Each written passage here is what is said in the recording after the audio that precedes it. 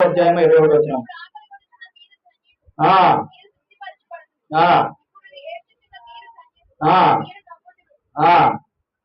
సరే 12 వచ్చిన చదువమ్మా.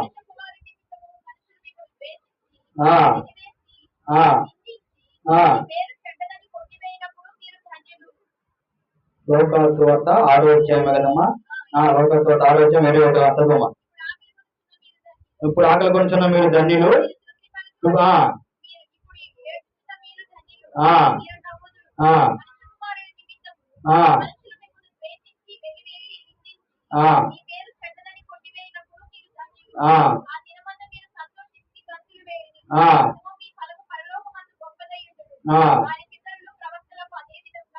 చేసి 25 అధ్యాయం చదువమ్మా. 25 అధ్యాయం ఒకసారి చదువమ్మా. అయ్యో ఇప్పుడు కడుపు నిండి ఉన్న వారులారా మీరు ఆకలి గొంతులు. అయ్యో ఇప్పుడు నవ్వుచున్న వారులారా మీరు దుఃఖంతో ఏడుస్తారంటున్నాడు. ఇప్పుడు మనం కడుపు నిండి లోకానుసారంగా మనం కడుపు నిండినప్పుడు తిని తృప్తి పొందుతున్నాం అనుకో, ఒకవేళ ఒక దినం వచ్చినప్పుడు ఏం చేస్తామంట, మనము ఏడుస్తామంట. నోటి నిండా నవ్వు. ఇప్పుడు ఈ దినాలు నవ్వేమనుకో, ఆ దినాన్ని ఏం చేస్తాం, దుఃఖిస్తాం. అదే అన్నాడు ఇక్కడ ప్రభు వారు శిష్యుడికి చెప్తున్నాడు అనమాట. ఏమన్నాడు, ఇప్పుడు మీరు ఆకలి కొన్నవారు మీరు ధన్యులే, తృప్తి పరచబద్దులు. మీరు ఇప్పుడు ఏడ్చిన వారు ధన్యులే, మీరు నవ్వులే అంటున్నాడు. కానీ 25 వచ్చిన వాళ్ళు ఇక్కడ ఏమంటున్నాడు అంటే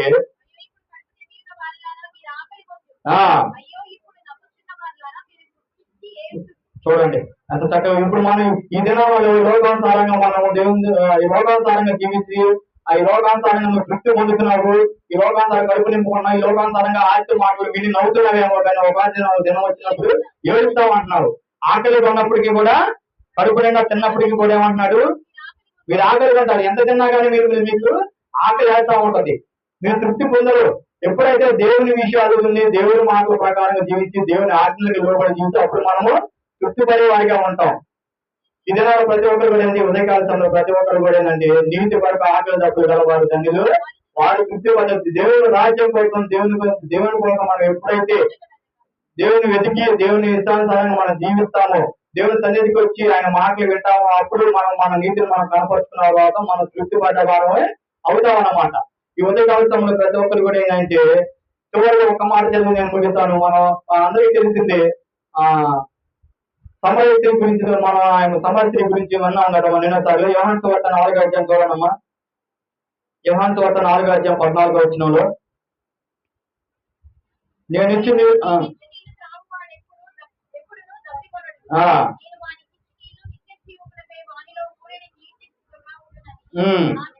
చాలు. ఇక్కడ మనకి సమరస్త్రీ గురించి ప్రతి ఒక్కరికి అందరికి తెలిసిందే.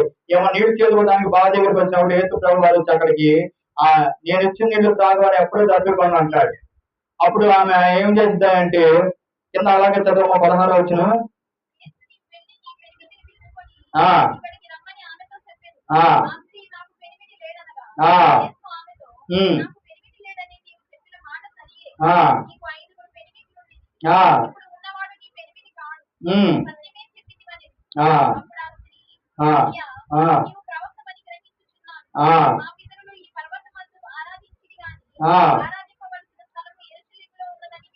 చాలా చాలా మా ఇక్కడ ఏమంటారు, ఆ స్త్రీ నువ్వు ప్రవక్తమని గ్రహించిందంట. ఎప్పుడు ప్రభు నేను ఇచ్చిన నీళ్ళు నువ్వు తప్పికొన్నావు, తర్వాత నువ్వు నా భర్త కూడా నీ భర్త కాదని చెప్పి ప్రభు అని ఉన్నది ఉన్నట్టుగా చెప్పినప్పుడు ఆ స్త్రీ ఏం చేసిందంటే, ఆయన ఒక ప్రవక్తని గ్రహించింది. గ్రహించిన తర్వాత ఏం చేసిందంటే ఊళ్ళోకి వెళ్ళి ఒక సాక్షిగా నిలబడింది. నా గురించి చెప్పిన వాడు ఈయన మెత్త అని చెప్పి ఊళ్ళో అందరికి చెప్పింది అనమాట. చెప్పినప్పుడు ఆమె ద్వారా ఇంకేం చేశారంటే, కొందరు ఏం చేశారు, ఆయన చూడటానికి వచ్చారు.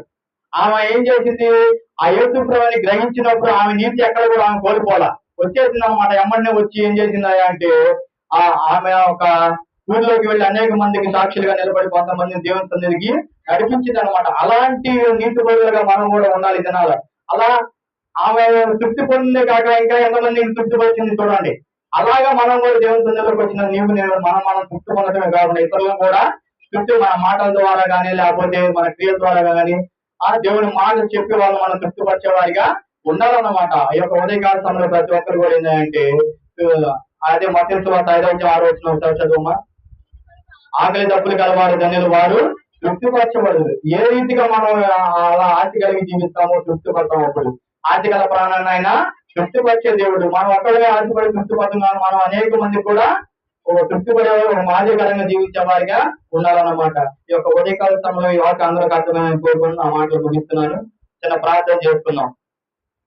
మహాపరిశుద్ధుడా, మహోన్నతుడైన ఆయన, నీ ఘనమైన నామానికి వందనాలు, స్తోత్రాలు నా ప్రభు. అయ్యో నా ప్రభు, ఉదయకాల సమయంలో నా ప్రభు అయ్యా నీ వాక్యం ప్రకారంగా సూటిగా నాతో మాట్లాడు ప్రభు. అయ్యా నీతిగా నేను యథార్థతగా నా ప్రభు నేను జీవించలేకపోతున్నాను ప్రభు. అయ్యా ఈ లోకానుసారంగా వాటి మీద నేను జీవించిన ప్రభు నేను తృప్తి పొందలేకపోతున్నాను ప్రభు. ఎప్పుడైతే నా ప్రభు నీ మాటలు విని నీ వాక్య ప్రకారంగా జీవించిన ప్రభు ఒక ఆస్తి కలిగి నేను నీ సన్నిధికి వస్తే ఎంత తృప్తి పడతాను కదా నా ప్రభు. అలా ఆస్తి కలిగి నీ సన్నిధికి వచ్చే వారికి ఉంటాగా మాకు సహాయం దయచేయమని. అయ్యా విన్న వాక్య ప్రకారంగా ప్రతి ఒక్కరు కూడా నా ప్రభు నీ సన్నిధిలో నా ప్రభు ఆ ఒక ఆస్తి కలిగి వచ్చిన ప్రభు ఆస్తి గల ప్రాణాలను తృప్తిపరిచి అయ్యా తుష్టకొని కలిగి చేస్తానన్నా నా ప్రభు. అలా ఆ రీతిగా ప్రభు మమ్మల్ని కూడా నా తండ్రి మీరు చేయమని ఈ తృప్తితో మమ్మల్ని నింపమని అడుగుతున్నాను నా ప్రభు. ఈ యొక్క ప్రార్థన మీ పాదానికి చేర్చుకోమని యేసుక్రీస్తు వారి అతి పరిశుద్ధ నామములో ప్రార్థించి అడిగి వేడుకుంటున్నాం తండ్రి. ఆమేన్ ఆమేన్. మంచిది పిల్లారా, ఈ యొక్క ఉదయకాల సమయంలో రెండవ వర్తమానంగా మన మధ్యలో లేని యశ్వంత్ గారు ఉన్నారు, వర్తమానం అందిస్తారు. మా సమయం కొంచెం ఎక్స్ట్రా అయిందయ్యా, ఒక నిమిషం నా.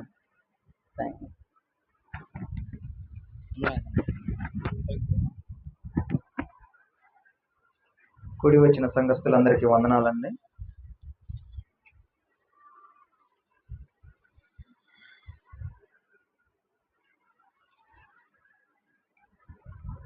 మనం అంతకుముందు వారం ఒకసారి వ్యవసాయం గురించి చెప్పుకున్నాం, గుర్తుందా అండి? ఒక వ్యవసాయకుడు గురించి మనము చెప్పుకున్నాం. ఆ వ్యవసాయకుడు మంచిగా వ్యవసాయం చేశాడా లేదా భూమిని వదిలేశాడా? మంచిగానే వ్యవసాయం చేశాడు. కానీ చివరికి ఏమైంది? ఆ యొక్క తోటలో ఉన్న వృక్షాలు కాడు ద్రాక్షాలు పండించాయి. వ్యవసాయకుడిగా తను సక్సెస్ అయ్యాడా, ఫెయిల్ అయ్యాడా? వ్యవసాయకుడిగా తను సక్సెస్, అన్ని మంచిగానే చేశాడు. కానీ మనమే సరైన ఫలాలు ఫలించలేకపోయాం. లోటు ఎవరిది? మనదే కదా. అయితే ఈరోజు అదే వ్యవసాయకుడు ప్రేమికుడిగా ఎట్లా ఉన్నాడో చూసుకుందాం మనం. అంటే దేవుడు మనల్ని ఏ విధంగా ప్రేమిస్తున్నాడో ఆ ప్రేమని మనం తిరిగి దేవునికి ఇవ్వగలుగుతున్నామా లేదా? ఇప్పుడు మనం చూసుకున్నట్లయితే ఎవరైనా మనల్ని ప్రేమిస్తే మనం తిరిగి ప్రేమిస్తాం కదా. చూసుకుందాం. ముందు దేవుని ప్రేమ, అగాపే, దేవుని ప్రేమని అగాపే అంటారంట. అగాపే అంటే దేవుని ప్రేమ. దేవుడు మనల్ని ఏ విధంగా ప్రేమించాడు ముందుగా చూడండి. యోహాను సువార్త 3వ అధ్యాయం 16వ వచనము. ఎంతో ప్రేమించను. చాలండి. ఎట్లా ప్రేమించాడంట? భూలోకాన్ని దేవుడు ఎంతో ప్రేమించాడంట. భూలోకం అంటే ఏంటి? భూమిని ప్రేమించాడు, మట్టిని, మనల్నే. భూలోకం అంటే ఎవరో కాదు, భూమి మీద ఉన్న మనుషుల్నే. మనల్ని ఎట్లా ప్రేమించాడంట? ఎంతో ప్రేమించాడంట. అదే అగాపే. ఇందాక మనం చెప్పుకున్నాం కదా, అగాపే అంటే దేవుని ప్రేమ. ఎంతో ప్రేమించాడంట, మామూలుగా కూడా కాదు. ఎంత ప్రేమించాడు? చాలా ప్రేమించాడంట. అయితే అంత ప్రేమిస్తున్న దేవునికి మనం తిరిగి మన ప్రేమను ఇవ్వగలుగుతున్నామా? కొంతైనా ఇవ్వగలుగుతున్నామా లేదా అనేది మనమే ఆలోచించుకోవాలి. ఎందుకంటే ఇప్పుడు మనం చూసినట్లయితే మనల్ని ఎంతో మంది ప్రేమిస్తారు. మన తల్లిదండ్రులు మనల్ని ప్రేమిస్తారా లేదా? ప్రేమిస్తారు. లేదా మనకే ప్రియురాలు లేదా ప్రేమికుడు ఉంటారు, వాళ్ళు మనల్ని ప్రేమిస్తారా లేదా? అయితే ఇప్పుడు ఒక ప్రియుని లేదా ప్రియురాల్ని మనం ప్రేమిస్తే మనం ఏం చేస్తాము? వాళ్ళు మనల్ని ప్రేమిస్తే మనము ప్రేమగా ఏదో ఒకటి వాళ్ళకి తిరిగి చూపిస్తాము. దేవునికి ఆ విధంగా మనం ప్రేమను చూపించగలుగుతున్నామా? ఈరోజు చూపించలేకపోతున్నాం. మనుషులు ఏంటంటేనండి, మనుషులు మంచి వాళ్ళ కాదా? మనుషుల్లో ఉన్న స్వభావం ఏంటంటే మంచి చేసేవాడిని కాలుతో దంతారంట, చెడు చేసేవాడిని నెత్తిన తెచ్చి పెట్టుకుంటారంట. మనుషుల స్వభావము అలాంటిది. ప్రేమించే వారిని ఏం చేస్తారు? కాలుతో దంతారంట. మళ్ళీ ద్వేషించే వారిని ఏం చేస్తారంట? నెత్తిన తెచ్చి పెట్టుకుంటారంట. మనుషుల స్వభావం అలాంటిది. దేవుడు మనల్ని ఎంతో ప్రేమిస్తున్నాడు. మొదటిగా మనం చూసుకున్నట్లయితే ఆదాము హవ్వ, వాళ్ళ దగ్గర నుంచి మనం ప్రారంభించుకున్నట్లయితే ఎంత ప్రేమించాడండి? ఎంతో ప్రేమించాడు. ఎంతో ప్రేమించి ఒక మంచి తోటని వారికి ఇచ్చి దాంట్లో ఉన్న ప్రతీదీ తినండి, ఒక్క ఫలాన్ని మాత్రం తినమాకండి అన్నారు. కానీ వాళ్ళు తినకుండా ఆగారా? తిన్నారు. తిన్న తర్వాత అది దేవుడికి తెలుసా లేదా తిన్నారని? తెలుసు. కానీ దేవుడు ప్రేమగా అడుగుతున్నాడు. ఏమని? ఎక్కడ ఉన్నారు మీరని అడుగుతున్నాడు. ఎందుకని అడుగుతున్నాడు? వాళ్ళు విని నా మాట విని కనీసం నా దగ్గర ఒప్పుకుంటే నేను వారిని క్షమిద్దామని ప్రేమతో పిలిచాడండి. దానికి ఏం చేశాడు మనుషుడు? ఒప్పుకోలేదు, దాక్కున్నాడు. తర్వాత చూసుకున్నట్లయితే ఆదాము ఒక కుమారుడు తప్పు చేశాడు. ఎవరు? కయ్యూను హేబేలుని చంపేశాడు, నరహత్య చేశాడు. అక్కడ ఆ విషయం దేవునికి తెలుసు కదా. తెలిసినా గాని కయ్యూని ఎందుకు అడిగాడు? నీ తమ్ముడైన హేబేలు ఎక్కడా అని అడిగితే ఒప్పుకుంటాడు. ఎందుకంటే నాశనం చేయటం దేవునికి ఇష్టం లేదు. ఎందుకంటే తన స్వరూపమందు చేసుకున్నాడు కదా తన చేతులతో. అందుకని ప్రేమగా అడుగుతున్నాడు, నీ తమ్ముడైన హేబేలు ఎక్కడా అని. కానీ మనిషి అక్కడ ఒప్పుకున్నాడా? ఒప్పుకోలేదు. దేవుని ప్రేమను ప్రతి ఒక్క స్టెప్ తిరస్కరిస్తానే వచ్చాడు. మనుషులంటే అదే కదా. ప్రేమించేవారిని ఇందాక అనుకున్నాం, ప్రేమించేవారిని కాలుతో దంతాము, ద్వేషించేవారిని నెత్తినెక్కించుకుంటాము. ప్రతి ఒక్క అడుగులో దేవుడు మన మీద ఎంత ప్రేమ చూపించినా గానీ దేవుణ్ణి మనం తన్నుకుంటానే వస్తున్నాము. అయితే భూమి మీద పాపం ఎక్కువైపోయిందంట. చూస్తూ ఉంటే పాపం ఎక్కువైతే ఆ భూమి మొత్తాన్ని నాశనం చేద్దాం అనుకున్నాడు. మనుషులు మొత్తం నాశనం అయిపోతారు. మనుషులు మొత్తాన్ని నాశనం చేయటం ఇష్టం లేక తను ప్రేమతో వెతికాడు, ఎక్కడైనా నీతికి మంతుడు కనపడతాడేమోనని. కనపడ్డాడు కదా. ఎవరు కనపడ్డారు? నోవాహు గారు కనపడ్డారు. ఈ దినాన దేవుడు మనల్ని కూడా వెతుకుతున్నాడు ప్రేమతో. నేను ప్రేమిస్తుంటే తిరిగి నా మీద ప్రేమ చూపించేవారు ఎవరైనా ఉన్నారని దేవుడు వెతుకుతున్నాడండి. ఎంతో ప్రేమగా వెతుకుతున్నాడు. అది కూడా మనం తిరిగి దేవుని మీద ప్రేమను చూపించగలుగుతున్నామా? ప్రతి దాంట్లో దేవుని యొక్క ప్రేమను విఫలపరుస్తున్నాం మనమే. దేవుడు వ్యవసాయకుడుగా ఉన్నప్పుడు ఆయన ఎంత మంచిగా దున్ని మంచి విత్తనాలు వేసి మంచి ఫలాలు ఫలించే వారిగా మంచి ఫలాలు ఫలిస్తామని చూస్తే మనం చివరిగా ఏం చేశాము? కారు ద్రాక్షాలు పండాము. ఈ దినాన దేవుడు ఒక ప్రేమికుడుగా మనల్ని వెతుకుతున్నాడు. నేను ఎంత ప్రేమను నా పిల్లల మీద చూపిస్తున్నాను, నా పిల్లలు నా మీద ప్రేమను చూపించగలుగుతున్నారని వెతుకుతున్నాడు. మనం ఈ రోజు అటువంటి ప్రేమను మళ్ళీ తిరిగి దేవునికి ఇవ్వగలుగుతున్నామా? ఇవ్వలేకపోతున్నాం. కారణం ఏంటి? మనము మనుషులు, అంతే కదా. మనుషులం కాబట్టి తిరిగి దేవుని మీద ప్రేమను చూపించలేకపోతున్నాం. చూడండి, రోమియోలకు రాసిన పత్రిక 5వ అధ్యాయము 8వ వచనము. అయితే దేవుడు మన ఎడల తన ప్రేమను వెల్లడిపరుస్తున్నాడంట. మనం ఎంత చేస్తున్నా గానీ దేవుడు మన మీద ప్రేమను వెల్లడిపరుస్తున్నాడంట. ఏ విధంగా వెల్లడిపరుస్తున్నాడు? ఎట్లనగా, ఇంకను పాపులమై ఉండగానే క్రీస్తు మన కొరకు చనిపోయింది. ఎంత ప్రేమ అండి! ఎంత ప్రేమ చూపిస్తున్నాడు. మనం పాపులుగా ఉంటున్నాం, దేవుని మాట వినట్లేదు, అయినా కానీ మన కోసము మన మీద ప్రేమతో ఏం చేశాడు? చనిపోయాడండి మన కోసం. అటువంటి ప్రేమని మనం విలువిస్తున్నామా? విలువివ్వట్లేదు. ఏం చేస్తున్నాం? మనం ప్రేమని తిరస్కరిస్తున్నాం. ఇప్పుడు మన తల్లిదండ్రులు మన మీద ప్రేమ ఏ విధంగా చూపిస్తారండి? మనకిష్టమైన వాటిని తీసుకొచ్చి, లేదా పలానా డ్రెస్ మనకు నచ్చింది అది అడిగితే వెంటనే తీసుకొచ్చి మనకిస్తారు. ఆ విధంగా తల్లిదండ్రులు ఏం చేస్తున్నారు? వాళ్ళ ప్రేమని మన మీద వ్యక్తపరుస్తున్నాడు. లేదా ప్రియురాళ్ళు ఉంటారండి, ఏ విధంగా వ్యక్తపరుచుకుంటారు వాళ్ళ ప్రేమను? ఇష్టమైన డ్రెస్ వేసుకోను, లేదా ఇష్టమైన గిఫ్ట్లు ఇచ్చుకోను వ్యక్తపరుస్తారు కదా. దేవుడు కూడా మన మీద తన ప్రేమను వ్యక్తపరుస్తున్నాడు. ఏ విధంగా వ్యక్తపరుస్తున్నాడు? మనం ఎంత పాపం చేస్తున్నా, మనం దేవుణ్ణి ఎంత ద్వేషిస్తున్నా, దేవుణ్ణి ఎంత తిరస్కరిస్తున్నా, దేవుడు ఏం చేశాడంట? మన పాపాల కోసం, ఎక్కడ మనం నరకానికి వెళ్ళిపోతామో అని మన మీద ప్రేమతో ఏం చేశాడు? తన ప్రాణాన్ని అర్పించాడండి. అటువంటి ప్రేమను మనం ఏం చేస్తున్నాము? తృణీకరిస్తున్నాం. అటువంటి ప్రేమని మనము లెక్క చేయట్లేదు. ఎంతగా ప్రేమిస్తున్నాడండి దేవుడు, ఎంతగా ప్రేమిస్తున్నాడు. ఆ ప్రేమను మనం కనీసం ఒక్క క్షణమైన మన జీవితంలో ఆలోచిస్తున్నాం. దేవుడు నన్ను ఎంత ప్రేమిస్తున్నాడే, నేను తిరిగి ఆ ప్రేమలో కొంతైనా దేవుని మీద చూపించగలుగుతున్నానా అని ఎవరైనా ఆలోచిస్తున్నారండి? ఆలోచించట్లా. మనం ఏకాడికి ఈ లోక ప్రేమల్లో మునిగి తేలిపోతా ఉన్నాం. మనుషుల్ని ప్రేమిస్తున్నాం. మనుషుల్ని ప్రేమిస్తే ఏమైందండి? చివరిగా ఏదో ఒక రోజు ఖచ్చితంగా మనల్ని మోసపరుస్తారు, అవునా కాదా? కానీ దేవుడు మనల్ని మోసపరుస్తున్నాడా? దేవుడు ఎక్కడ మనల్ని మోసపరచట్లేదు. ఆఖరికి మనం దేవుణ్ణి మోసం చేస్తున్నా కానీ మన మీద ప్రేమ చూపిస్తానే ఉన్నాడు. ఆయన మన మీద ప్రేమను చూపించటం వల్లే ఈ రోజు మనం బ్రతికున్నాం, అవునా కాదా? బ్రతికి ఉన్నాం. ఈ లోక ప్రేమ ఎంతవరకు అండి? ఎంతవరకు ప్రేమించుకుంటాం ఈ లోకంలో? ఒక 5 సంవత్సరాలు, 10 సంవత్సరాలు, అంతే కదా. దేవుడు మనల్ని ఎప్పటి నుంచి ప్రేమిస్తున్నాడు?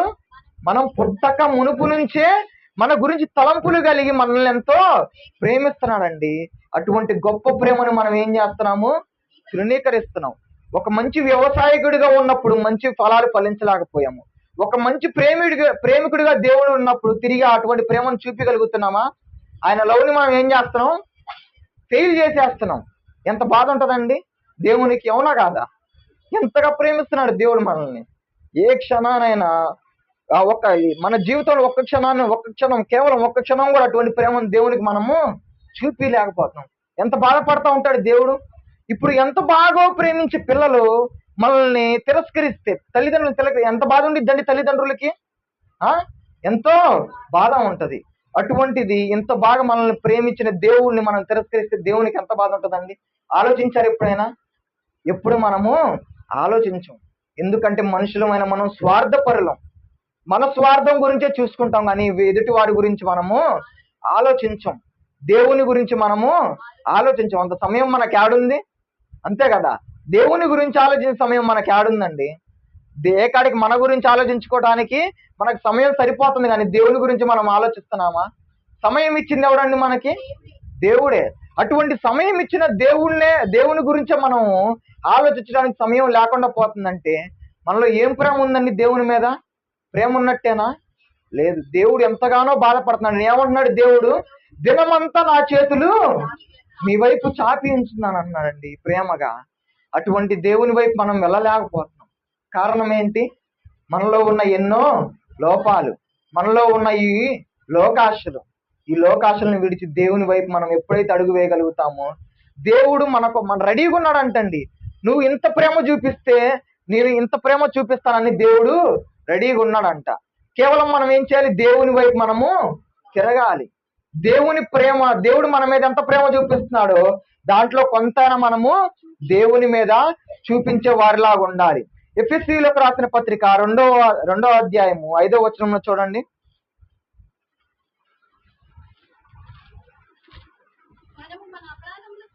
మనము మన అపరాధముల చేత చచ్చిన వారమై ఉండినప్పుడు సైతము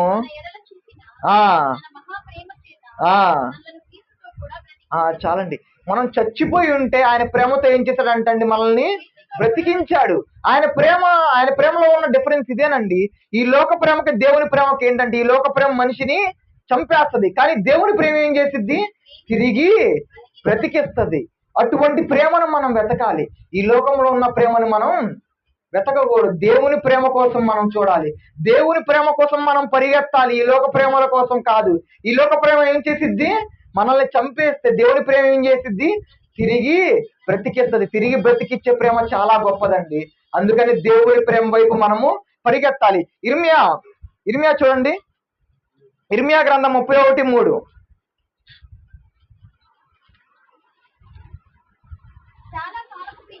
చాలా కాలం క్రింద 31:3 ప్రత్యక్షమై ఇట్లా నేను శాశ్వతమైన ప్రేమతో నిన్ను ప్రేమించున్నాను. ఏ కాలం క్రిందటండి? చాలా కాలం క్రిందట. ఈ ఇర్మియా గ్రంథం ఎప్పుడో రాశాడు. ఈ ఇర్మియా గ్రంథం రాయక ముందు నుంచి ఎప్పుడో వ్యక్తపరిచాడంట. ఏమని? శాశ్వతమైన ప్రేమతో నేను నిన్ను ప్రేమించినాడు. ఎటువంటి ప్రేమతో ప్రేమిస్తానండి దేవుడు? శాశ్వతమైన ప్రేమ. శాశ్వతమైన ప్రేమ అంటే ఏంటి?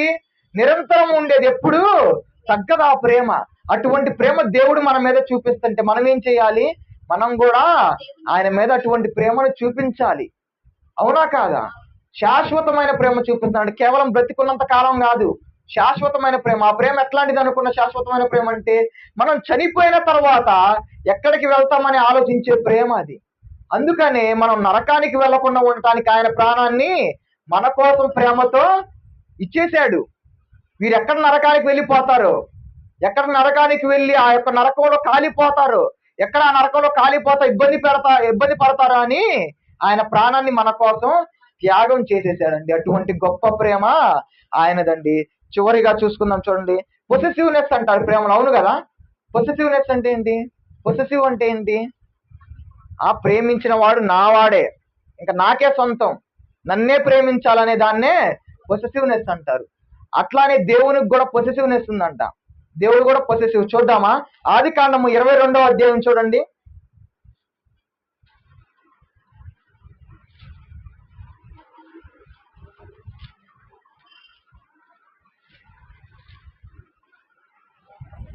మొదటి నుంచి చదవండి. ఆ సంగతులు జరిగిన తరువాత దేవుడు అబ్రహామును పరిశోధించెను. ఎట్లనగా ఆయన అబ్రహామా అని పిలువగా అతడు చిత్తము ప్రభువా అనెను. అప్పుడు ఆయన, నీ కుమారుని అనగా నీవు ప్రేమించు ఇస్సాకును తీసుకొని చెప్పు. చాలండి. ఏం చేస్తున్నాడండి ఇక్కడ దేవుడు అబ్రహాము గారిని? ఎప్పుడో 100 సంవత్సరాలకు ఒక కుమారుని ఇచ్చాడు. కుమారుని ఇవ్వకముందు దాకా అబ్రహాం గారు ఎంత ప్రేమించాడు దేవుణ్ణి. ప్రతి క్షణం దేవునికి లోబడి ఉండి దేవుణ్ణి ఎంతగానో ప్రేమించాడు. కుమారుడు పుట్టిన తర్వాత దేవుడికి ఇక్కడ పొజిటివ్నెస్ చూపిస్తున్నాడు. ఇంకా అబ్రహాం నన్ను ప్రేమిస్తున్నాడు. అవునా కాదా? అబ్రహాం నన్ను ప్రేమిస్తున్నాడా? కుమారుడు పుట్టాడు కదా, నా మీద ప్రేమ తగ్గిపోయి ఉండిద్దేమో అబ్రహాముకి అనుకోని దేవుడు పరిశోధిస్తున్నాడు అబ్రహాముని. ఏమని పరిశోధిస్తున్నాడు? నీకు పుట్టిన ఒక్కడైన కుమారుణ్ణి బలివ్వని అక్కడ పరీక్షిస్తున్నాడు. దాన్నే పొసెసివ్ అంటారు. అవునా కాదా? ఇంకా నా మీద ప్రేమ ఉందా, ఇంకా నన్ను ప్రేమిస్తున్నాడు అబ్రహాం అని పరిశోధిస్తున్నాడు. అబ్రహాం ఆ ప్రేమను నిలుపుకున్నాడా లేదా? ఇంకా దేవుని మీద ప్రేమ ఉందని నిరూపించాడండి అబ్రహాం గారు. మనం కూడా ఆ విధంగా నిరూపించాలి.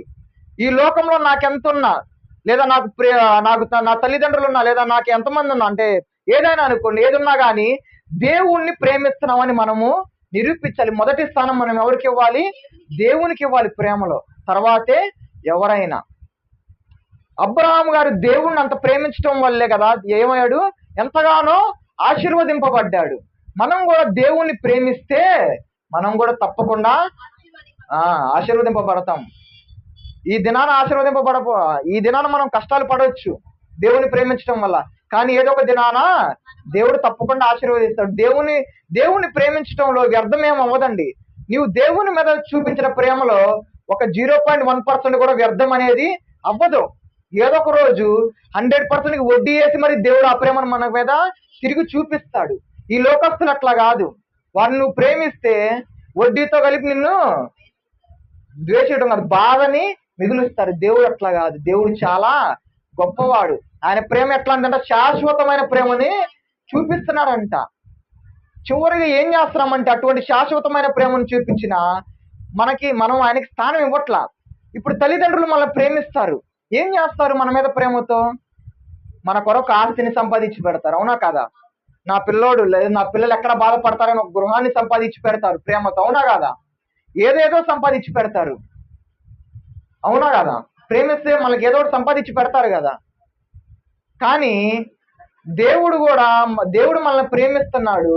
ప్రేమిస్తుంటే దేవుడికి మనం ఏమి ఇవ్వలేకపోతున్నాం అంట. ఏమంటున్నాడంటే దేవుడు, నక్కలకి బొయ్యలు ఉన్నాయి, ఆకాశ పక్షులకి నివాస స్థలాలు ఉన్నాయి, కానీ మనిషి కుమారుడికి దేవుడికి ఏమి ఇవ్వలేకపోతున్నాం అండి. ఇంతగా ప్రేమిస్తున్న దేవుడికి మనము తలవాల్చుకోవడానికి స్థలాన్ని కూడా ఇవ్వలేకపోతున్నాం అండి. ఒక్కసారి ఆలోచించండి. తలవాల్చుకోవడానికి దేవుడికి స్థలం కూడా లేదంటండి. మన హృదయంలో దేవునికి తలవాల్చుకోవడానికి స్థలం ఇస్తే ఏమైతే తెలుసా? అబ్రహాము ఏ విధంగా అయితే ఆశీర్వదింపబడ్డాడో ఆ విధంగా మనం కూడా ఆశీర్వదింపబడతాము. దేవుని ప్రేమని ఫెయిల్ చేయమాకండి. దేవుని ప్రేమని ఫెయిల్ చేయమాకండి. ఎందుకంటే ఎంతగానో బాధపడుతున్నాడు దేవుడు. నేను ఎంతగా ప్రేమిస్తున్నాను నా యొక్క పిల్లల్ని, కానీ నా పిల్లలు అటువంటి ప్రేమ నా మీద చూపిలేకపోతున్నాడు. నేను వ్యవసాయకుడిగా ఉండి వాళ్ళ గురించి ఎంతో కేర్ తీసుకున్నాను. మంచిగా టయానికి నీళ్లు పెట్టాను, మంచిగా దున్నాను, నేలని ఏ రాయి లేకుండా చేశాను, మంచి విత్తనాలే నేను విత్తాను, మంచి మొక్కలే నేను నాటాను. కానీ ఏం చేస్తున్నారు నా పిల్లలు? కారు ద్రాక్షాలు. ఒక వ్యవసాయకుడిగా మనం ఆయన్ని ఫెయిల్ చేశాం. ఇప్పుడు దేవుడు మనల్ని ఎంతగానో ప్రేమిస్తున్నాడు. శాశ్వతమైన ప్రేమ మన మీద చూపిస్తున్నాడు. ఆయన ప్రేమను కూడా మనం ఏం చేస్తున్నాము? ఫెయిల్ చేసేస్తున్నామండి. ఆ విధంగా మనం ఉండకూడదండి. దేవుని అర్థం చేసుకునే వారిలాగా ఉండాలి. దేవుని ప్రేమను తిరిగి దేవునికి కొంతైనా ఇచ్చేవారిలాగా మనము ఈ రోజు నుంచి ఉన్నామండి. దేవుని ప్రేమను అర్థం చేసుకుందాం. ఎంతగానో ప్రేమిస్తున్నాడు. శాశ్వతమైన ప్రేమ మన మీద చూపిస్తున్నాడు. నరకంకి వెళ్ళకూడదని. అవునా కాదా? వాళ్ళు నరకానికి వెళ్తే ఎంతగానో వాళ్ళు బాధపడతారని దేవుడే కుంగిపోతున్నాడండి ప్రేమించి మనల్ని. అటువంటి ప్రేమని మనం ఏం చేస్తున్నాము? కాలితో తన్ని వేస్తున్నాం. అట్లా ఉండకూడదండి. దేవుడు మన వైపు చేతులు చూపిస్తున్నాడు. మనం కూడా ఏం చేయాలి? తిరిగి దేవుని వెళ్ళి హత్తుకోవాలి. ఆ విధంగా మన ప్రేమ ఉండాలండి. ఈ రోజు నుంచి దేవుని ప్రేమించే వారిలాగా ప్రతి ఒక్కరు ఉంటారని కోరుకుంటూ ఈ వాక్యాన్ని ముగిస్తున్నానండి. అందరూ కళ్ళు మూసుకున్నట్లయితే ప్రార్థన చేసుకుందాము. పరిశుద్ధుడా, ప్రేమ గల తండ్రి, మీకు వేలాది వందనాలు ప్రభువా. ప్రభువా, మీరు మమ్మల్ని ఎంతగానో ప్రేమిస్తున్నారు ప్రభువా. ప్రతి ప్రతి క్షణం ప్రభువా మీరు మమ్మల్ని ప్రేమిస్తానే వచ్చారు ప్రభువా. మేము ఎన్ని తప్పులు చేసినా ప్రభు, ఎన్ని పాపాలు చేసినా ప్రభువా, మా మీద ప్రేమ నీకు ఇంత మాత్రం తండ్రి అయితే కరిగిపోలేదు ప్రభువా. అటువంటి ప్రేమను చూపిస్తాను మిమ్మల్ని ప్రభువా మేము కాలితో తంటున్నాం ప్రభువా. మీ యొక్క ప్రేమను మేము అర్థం చేసుకోలేకపోతున్నాం ప్రభువా. శాశ్వతమైన ప్రేమ మీరు మా మీద చూపిస్తున్నారు ప్రభువా. కానీ ప్రభు, కొద్ది ప్రేమ కూడా ప్రభు మేము మీద చూపిలేకపోతున్నాం. మమ్మల్ని క్షమించండి ప్రభువా. ఈ రోజు నుంచి అయినా ప్రభువా మీ మీద ప్రేమను చూపించే బిడ్డలుగా మేము ఉంటాం ప్రభువా. ఇదిగో ప్రభువా మమ్మల్ని క్షమించండి ప్రభువా. ఇదిగో ప్రభువా ఎన్నో పాపాలు చేస్తున్నాం ప్రభువా, ఎన్నో దోషాలు చేస్తున్నాం ప్రభువా. నీ ప్రేమను అర్థం చేసుకోలేకపోతున్నాం ప్రభువా. మమ్మల్ని క్షమించండి ప్రభువా. ఈ రోజు నుంచి ప్రభువా మిమ్మల్ని మీ యొక్క ప్రేమను అర్థం చేసుకొని ప్రభువా తిరిగి మిమ్మల్ని ప్రేమించే వారిగా మేము ఉంటామని తండ్రి అయితే మీకు మాటిస్తున్నాం ప్రభువా. ఎట్లాగైనా ప్రభువా ఈ రోజు నుంచి తిరిగి మిమ్మల్ని ప్రేమించే బిడ్డలుగా మమ్మల్ని చేయమని ఈ యొక్క ప్రార్థన మీ పాదాల సన్నిధి చేర్చుకోమని నజరేయుడైన యేసుక్రీస్తు వారి పేరట అడిగి వేడుకొని ప్రార్థిస్తున్నాం తండ్రి. ఆమేన్.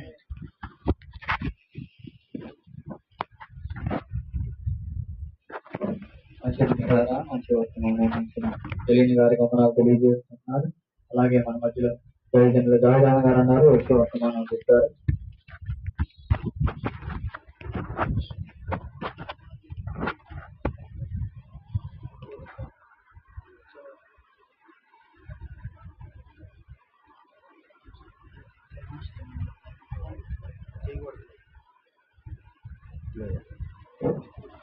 దేవుడి నామానికి మహిమ కలుగును గాక. ప్రియులారా, ఈ యొక్క మధ్యాహ్న కాల సమయంలో దేవుడు మనతో మాట్లాడుతున్న ప్రతి మాటను మనం అర్థం చేసుకుని నిజంగానే ఆయన ప్రేమ శాశ్వతమైన ప్రేమతో మనల్ని ప్రేమిస్తున్నాడు. ఆ ప్రేమ ఎంత గొప్పదో మనమైతే మన పిల్లలు మాట వినకపోతే మనం ప్రేమించలేము, వాటిని ద్వేషిస్తాము, కొడతాము, ఇబ్బంది పెడతాము. కానీ దేవుడి యొక్క ప్రేమ శాశ్వతమైనటువంటి ప్రేమ. ఆ ప్రేమ ఎంతో విలువైన ప్రేమ. ఎందుకంటే ఆ ప్రేమను బట్టి మనం బ్రతుకుతూ ఉన్నాం, జీవించగలుగుతూ ఉన్నాం, ఈ స్థితిలో మనం ఉండగలుగుతున్నాం. కాబట్టి ఆ ప్రేమను ఎప్పుడు మనము విడిపోకుండా మనము జాగ్రత్తగా ఆయనలో నీరు కట్టి ఫలించే వారిగా మనం ఉండాలి. అలాంటి ఫలభరితమైన జీవితాన్ని మనకి పొందాలనే దేవుడు మనల్ని ప్రేమిస్తూ ఉన్నాడు. ఆ ప్రేమలో మనందరం ఉండాలని కోరుకుంటూ ఉన్నాను. పిల్లారా, దైవ గ్రంథంలో చూద్దాం. చూడండి, యోబు గ్రంథం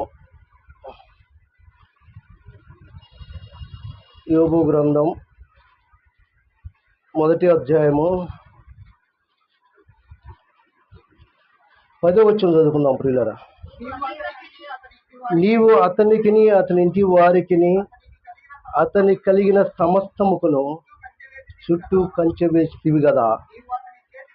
నీవు అతని చేతి పనిని దీవించుట చేత అతని ఆస్తి బహుగా విస్తరించి ఉన్నది. చాలు, ప్రార్థన చేసుకుందాం. పరిశుద్ధుడా, మౌనతుడా, నాయన నీ ఘనమైన ఉన్నతమైన నామాన్ని బట్టి నీకు వందనాలు ప్రభువా.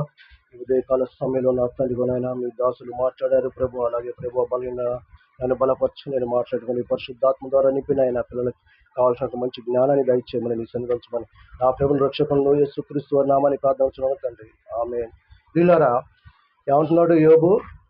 మనకు తెలుసు యోబు గురించి. మనకు తెలుసు యోబు ఎంత యథార్థవంతుడు, నీతివంతుడు, న్యాయవంతుడు, దేవుడి దృష్టిలో చెడుతనమును విసర్జించినటువంటి వాడు. అటువంటి వాడు భూలోకంలో లేడు. కానీ అతనికి ఎందుకు దేవుడి యందు భయభక్తులు కలిగి దేవుడి యందు విశ్వాసముతో ఉంటూ ఉన్నాడో అప్పుడు దేవుడు ఎంతో అభివృద్ధి చెందించాడు యోబుని. కానీ యోబుకి అలా ఉండటం వల్ల ఏమంది, సాతానుడికి ఒక పేరు. ఇంత యథార్థంగా ఉంటుడా, ఇంత నీతిగా ఉంటుడా, ఎందుకు ఉంటున్నాడు ఆయన అని చెప్పి ఒక హృదయంలో ఒకటి కలిగింది. మనకు కూడా అనేకమైనటువంటి తలంపులు వస్తూ ఉంటాయి. పక్కమటి వారు చూసినా వారు సంపాదనలో, వారి చేసే పనుల్లో, ప్రతి విషయంలో వస్తూ ఉంటాయి. కానీ అది యొక్క దుష్టుడి యొక్క ఆలోచన, నీ ఆలోచన. ఎందుకంటే దేవుణ్ణి కలిగి ఉన్నప్పుడు దేవుడి వైపే మనం చూడాలి. దేవుడే పక్కమటి వారితో ఎందుకు? అందుకోసమే నీవు నడిచే మార్గంలో నువ్వు తిన్నగా నడవాలన్నాడు. అందుకోసమే మనం చూసే మార్గము తిన్నగా ఉండాలి. అటు ఇటు చూస్తే ఏమొస్తాయి, అటేం జరుగుతుందా ఇటేం జరుగుతుందో చూస్తే నువ్వు పోయి గోతిలో పడతావు. అందుకోసం నువ్వు నీ మార్గం నువ్వు జాగ్రత్తగా చూసుకో అన్నాడు. అవునా కదా? అందుకోసమే అలా జాగ్రత్తగా ఉంటున్న యోబు గురించి దుష్టుడు వేసిన ప్రణాళిక చూశారా? అయ్యా నువ్వు నువ్వు కంచె ఉంచావు ప్రభు, వారి చుట్టూ ఒక్కసారి తీసి ఆ కంచెని నీ నుంచి దూరం చేస్తని సాతానుడు చేశాడు. కానీ ఎక్కడ యోబు గురించి తెలుసు దేవుడికి. అందుకోసమే హృదయ రహస్యాలు ఎరిగిన దేవుడు. ఈ లోకంలో నీవు నేను తప్పిపోతామేమో కానీ దేవుడిని కలిగి ఉన్నప్పుడు మనం ఎక్కడ తప్పిపోకూడదు. ఎందుకంటే అతను యథార్థంగా, నీతిగా, న్యాయముగా దేవుడి యందు ఉండగలగాలి. ఉన్నప్పుడే ఆయన మనకి తోడై ఉంటాడు. అలా ఉంటామా? అలా ఉండలేము ప్రియులారా. కాబట్టి అలా ఉండాలి. ఒక విశ్వాస జీవితంలో దేవుణ్ణి కలిగి ఉన్నప్పుడు మనం అలాంటి జీవితాన్ని మనం జీవించాలి. అలాంటి జీవితం జీవించకపోతే దేవుడిలో మనం ఉండలేము.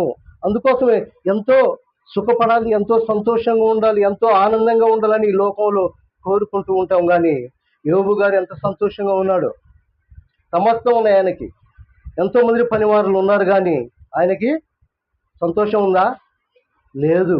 ఏందా నాకు ఈ స్థితి అని అనుకున్నాడు. కానీ ఏది ఏమైనా అంత రెట్టింపు ఆశీర్వాదం పొందాడు. మరి మనం కూడా కొన్ని శ్రమలు వచ్చేసరికి మనం ఎలా దేవుడి నుంచి తొలగిపోతాం. దేవుడు నాకు ఇన్ని శ్రమలు పెట్టాడా అంటే అవి ఆయన పెట్టినవి కాదు, మనం చేసుకున్నాయి. ఆలోచించండి. ఎవరైనా, నువ్వైనా, నేనైనా, ఎవరైనా మనమే కొని తెచ్చుకుంటాం శ్రమలు.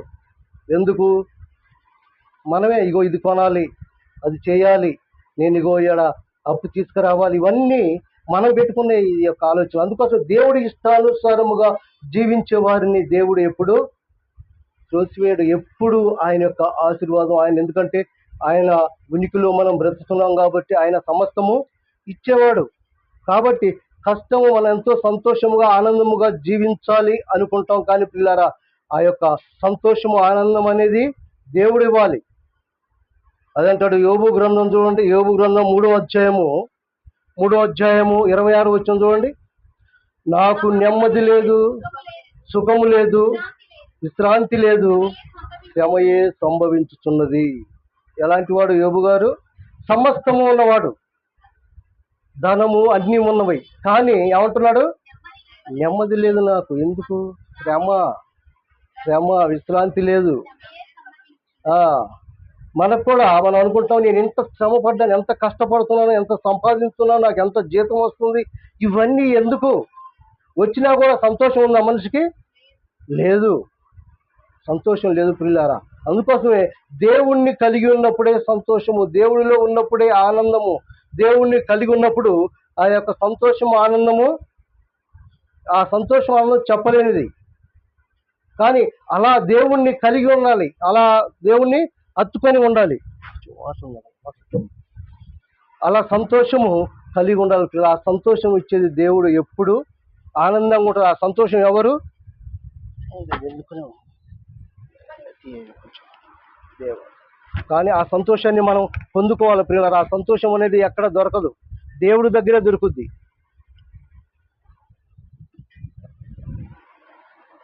కాబట్టి ఈ యొక్క మధ్యాహ్న కాల సమయంలో మనం జాగ్రత్తగా ఉండాలి. ఎందుకంటే యోబు గారు అసలు అంత ఉన్నవాడు ఎందుకు నాకు నెమ్మది లేదు, సంతోషం లేదు, విశ్రాంతి లేదు అని అంటున్నాడంటే, అంత ఉన్న ఆయనే అలా అంటున్నాడంటే నీవు నేను ఏపాటి వారిని ఎంతో అర్థం చేసుకున్నావు. నువ్వు నేను ఎలాంటి భక్తి జీవితంలో ఉన్నావు, ఎలాంటి విశ్వాసంలో ఉన్నావు, ఎలా ఉన్నావు అనుకున్నా. ఎప్పుడు కష్టాలు, ఎప్పుడు నాకు ఈ దుఃఖమే, నా ఈ సంతోషం అంటమే. ఆ కష్టాలు, సంతోషాలు, దుఃఖాలు ఇవన్నీ ఈ లోకంలో ఉంటూనే ఉంటాయి. ఎంత సంపాదించినా ఇప్పుడు అంత ధనికులకి ఎందుకు అంత వేదన ఉంటుంది? వారి పరిస్థితి వారికి ఉంది. మనం అనుకుంటాము నాకెంత శ్రమలు, నాకేమీ లేదు, డబ్బు లేదు, ధనం లేదు, ఆస్తులు లేవు, ఏంది నాకు ఈ పరిస్థితి అనుకుంటావు. నీకంటే వాళ్ళకి అనేకమైన వేదనలు ఉన్నాయి. అవునా కాదా? చూద్దాం. చూడండి, ప్రసంగి గ్రంథం 5:12 చూడండి. ప్రసంగి గ్రంథం 5వ అధ్యాయము 12వ వచనము ఏమంటున్నాడు? ప్రసంగి గ్రంథం 5:12 కష్టజీవులు కొద్దిగా తినను. ఏమంటారంట? కష్టజీవులు ఏంటంట? కొద్దిగా తినను, ఎక్కువగా తిన వారు ఎలా ఉంటారంట? సుఖ నిద్ర పొందుతారంట. అయితే ఐశ్వర్యవంతులు తమ ధన సమృద్ధి చేత నిద్ర పట్టదు. చూడండి, మనం అనుకుంటాము వాడికి ఎన్ని కార్లు ఉన్నాయిరా, వాడికి ఎంత డబ్బు ఉందిరా, ఎంత ధనం ఉందిరా, ఎంత ఆస్తి ఉందిరా, 1000 ఎకరాల, నాకు ఒక 5 ఎకరాలు ఉంటే చాలరు అనుకుంటాం. వాడికి ఉన్న పరిస్థితి మీకు తెలియదు. ఏమండి, అవునా కాదా? ఎంతో వారి యొక్క బాధ ఎంత ఉంటుందంటే ఆ బాధ వర్ణించలేదు. నువ్వు అనుకుంటావు, నేను కూడా అనుకున్నాను ప్రియులారా. ఎలాగంటే ఒక స్థలం కొన్నాను, ఇంకో స్థలం కొందామని అనుకున్నాను, ఇంకో స్థలం కొన్నాను. ఇప్పుడు ఏముందా నాకు? ఏమీ ఉండదు. దేవుడు ఇవ్వాలి. దేవుడు ఇస్తేనే అది స్థిరమైనగా ఆస్తిగా ఉండిపోతే తప్ప నేను ఏదో సంపాయాలి, ఏదో నేను చెందాలి, ఏదో నేను కష్టపడి సాధించాలి, కష్టపడి అనుకుంటాను. కానీ అది ఏ కాడికి ఏది ఉండదు ప్రియులారా. అందుకోసమే అలా అంటున్నాడు, కష్టజీవులు సుఖంగా ఉండాలనుకుంటున్నాం మనం. సుఖంగా ఉంటే ఎప్పుడు ఇలా ఈ లోకంలో కష్టమే. కష్టము ఈ లోకంలో ఎప్పుడైనా మానవుడు ఎంత సంపాదించినా ఎంత ఉన్నా కూడా కష్టమే. అదే అనుకుంటున్నాడు, కష్టజీవులు కొద్దిగా తిన్నవారు సుఖంగా ఉంటారు. ఎందుకంటే మనకి ఏమి లేకపోయినా, ఏమున్నా, ఏ పూట ఆ పూట తిన్నా కూడా ఎంత ఆనందంగా ఉంటుంది, ఎంత సంతోషంగా ఉంటాం, ఎంత ఆనందంగా ఉంటామో అది దేవుణ్ణి కలిగి ఉన్న పిల్లలకి అది అర్థం అవుద్ది. కానీ ఈ లోకంలో ఎవరికి అర్థం కాదు. కాబట్టి మనం అదే అంటున్నాడు, నువ్వు ఎక్కువ ఎంత సంపాదించినా ఎంత ఉన్నా కూడా అది ఒకనాడు దేవుడు చూస్తూ ఉంటాడు. కాబట్టి అదంతా విడిచిపోయేదే. కాబట్టి ఈ యొక్క మధ్యాహ్న కలశంలో దేవుడు అంటున్నాడు, నేను సంతోషముగా ఆనందముగా ఉండాలని. మన ప్రతి ఒక్క ప్రయాస ఏమనుకుంటాం మనం? నేను సంతోషంగా జీవించాలి, ఈ లోకంలో ఆనందంగా ఉండాలి అని అనుకుంటావు. కానీ ఆ సంతోషము ఆనందము దేవుడు ఇవ్వాలి. మనం అనుకుంటే కాదు. మనం అనుకున్నది ఎలాగా వెళ్ళిపోద్దంటే జరిగిపోతూ ఉంటుంది. కాబట్టి సామెతల గ్రంథంలో ఒక మాట అంటారు. 2 సామెతల గ్రంథం 21వ అధ్యాయము 17వ వచనంలో, సామెత సుఖభోగముల యందు వాంఛగలవని. సుఖభోగములు మనం ఏమనుకుంటామంటే సుఖభోగాలు అనుభవించాలని చూస్తాం. కానీ వాడికి ఏందంట? లేమి కలుగుతుందంట. మనం ఏ కాడికి సుఖాన్ని కోరుకుంటాం కానీ కష్టాన్ని కోరుకోం. ఈ లోకంలో సుఖపడాలి, నేను ఆ కాడికి సంతోషంగా ఉండాలి, ఒక జాబు సంపాదించి ఎంత సుఖం అనుకుంటే వాడికి ఉన్న కష్టాలు తెలియదు. జాబులో ఎంత కష్టాలు ఉంటాయో అది వాడికి తెలియదు. పైనుంచి ఎంత ఒత్తిడిలో మనం చూస్తూ ఉంటాం. ఒక మంత్రి కానీ ఈ లోకంలో మనం చూస్తుంటే వారికి ఉన్న ఒత్తిడి భయంకరంగా ఉంటుంది ప్రియులారా. మనం అనుకుంటాం మనం అంతే ఉద్యోగానికి వెళ్ళి రావటమేగా అని అనుకుంటాం. నీ పై అధికారి ఎంత ఒత్తిడి పెడతాడో నీ మీద నీకు అర్థం కాదు. అందుకోసం అంటున్నాడు, సుఖభోగములు యందు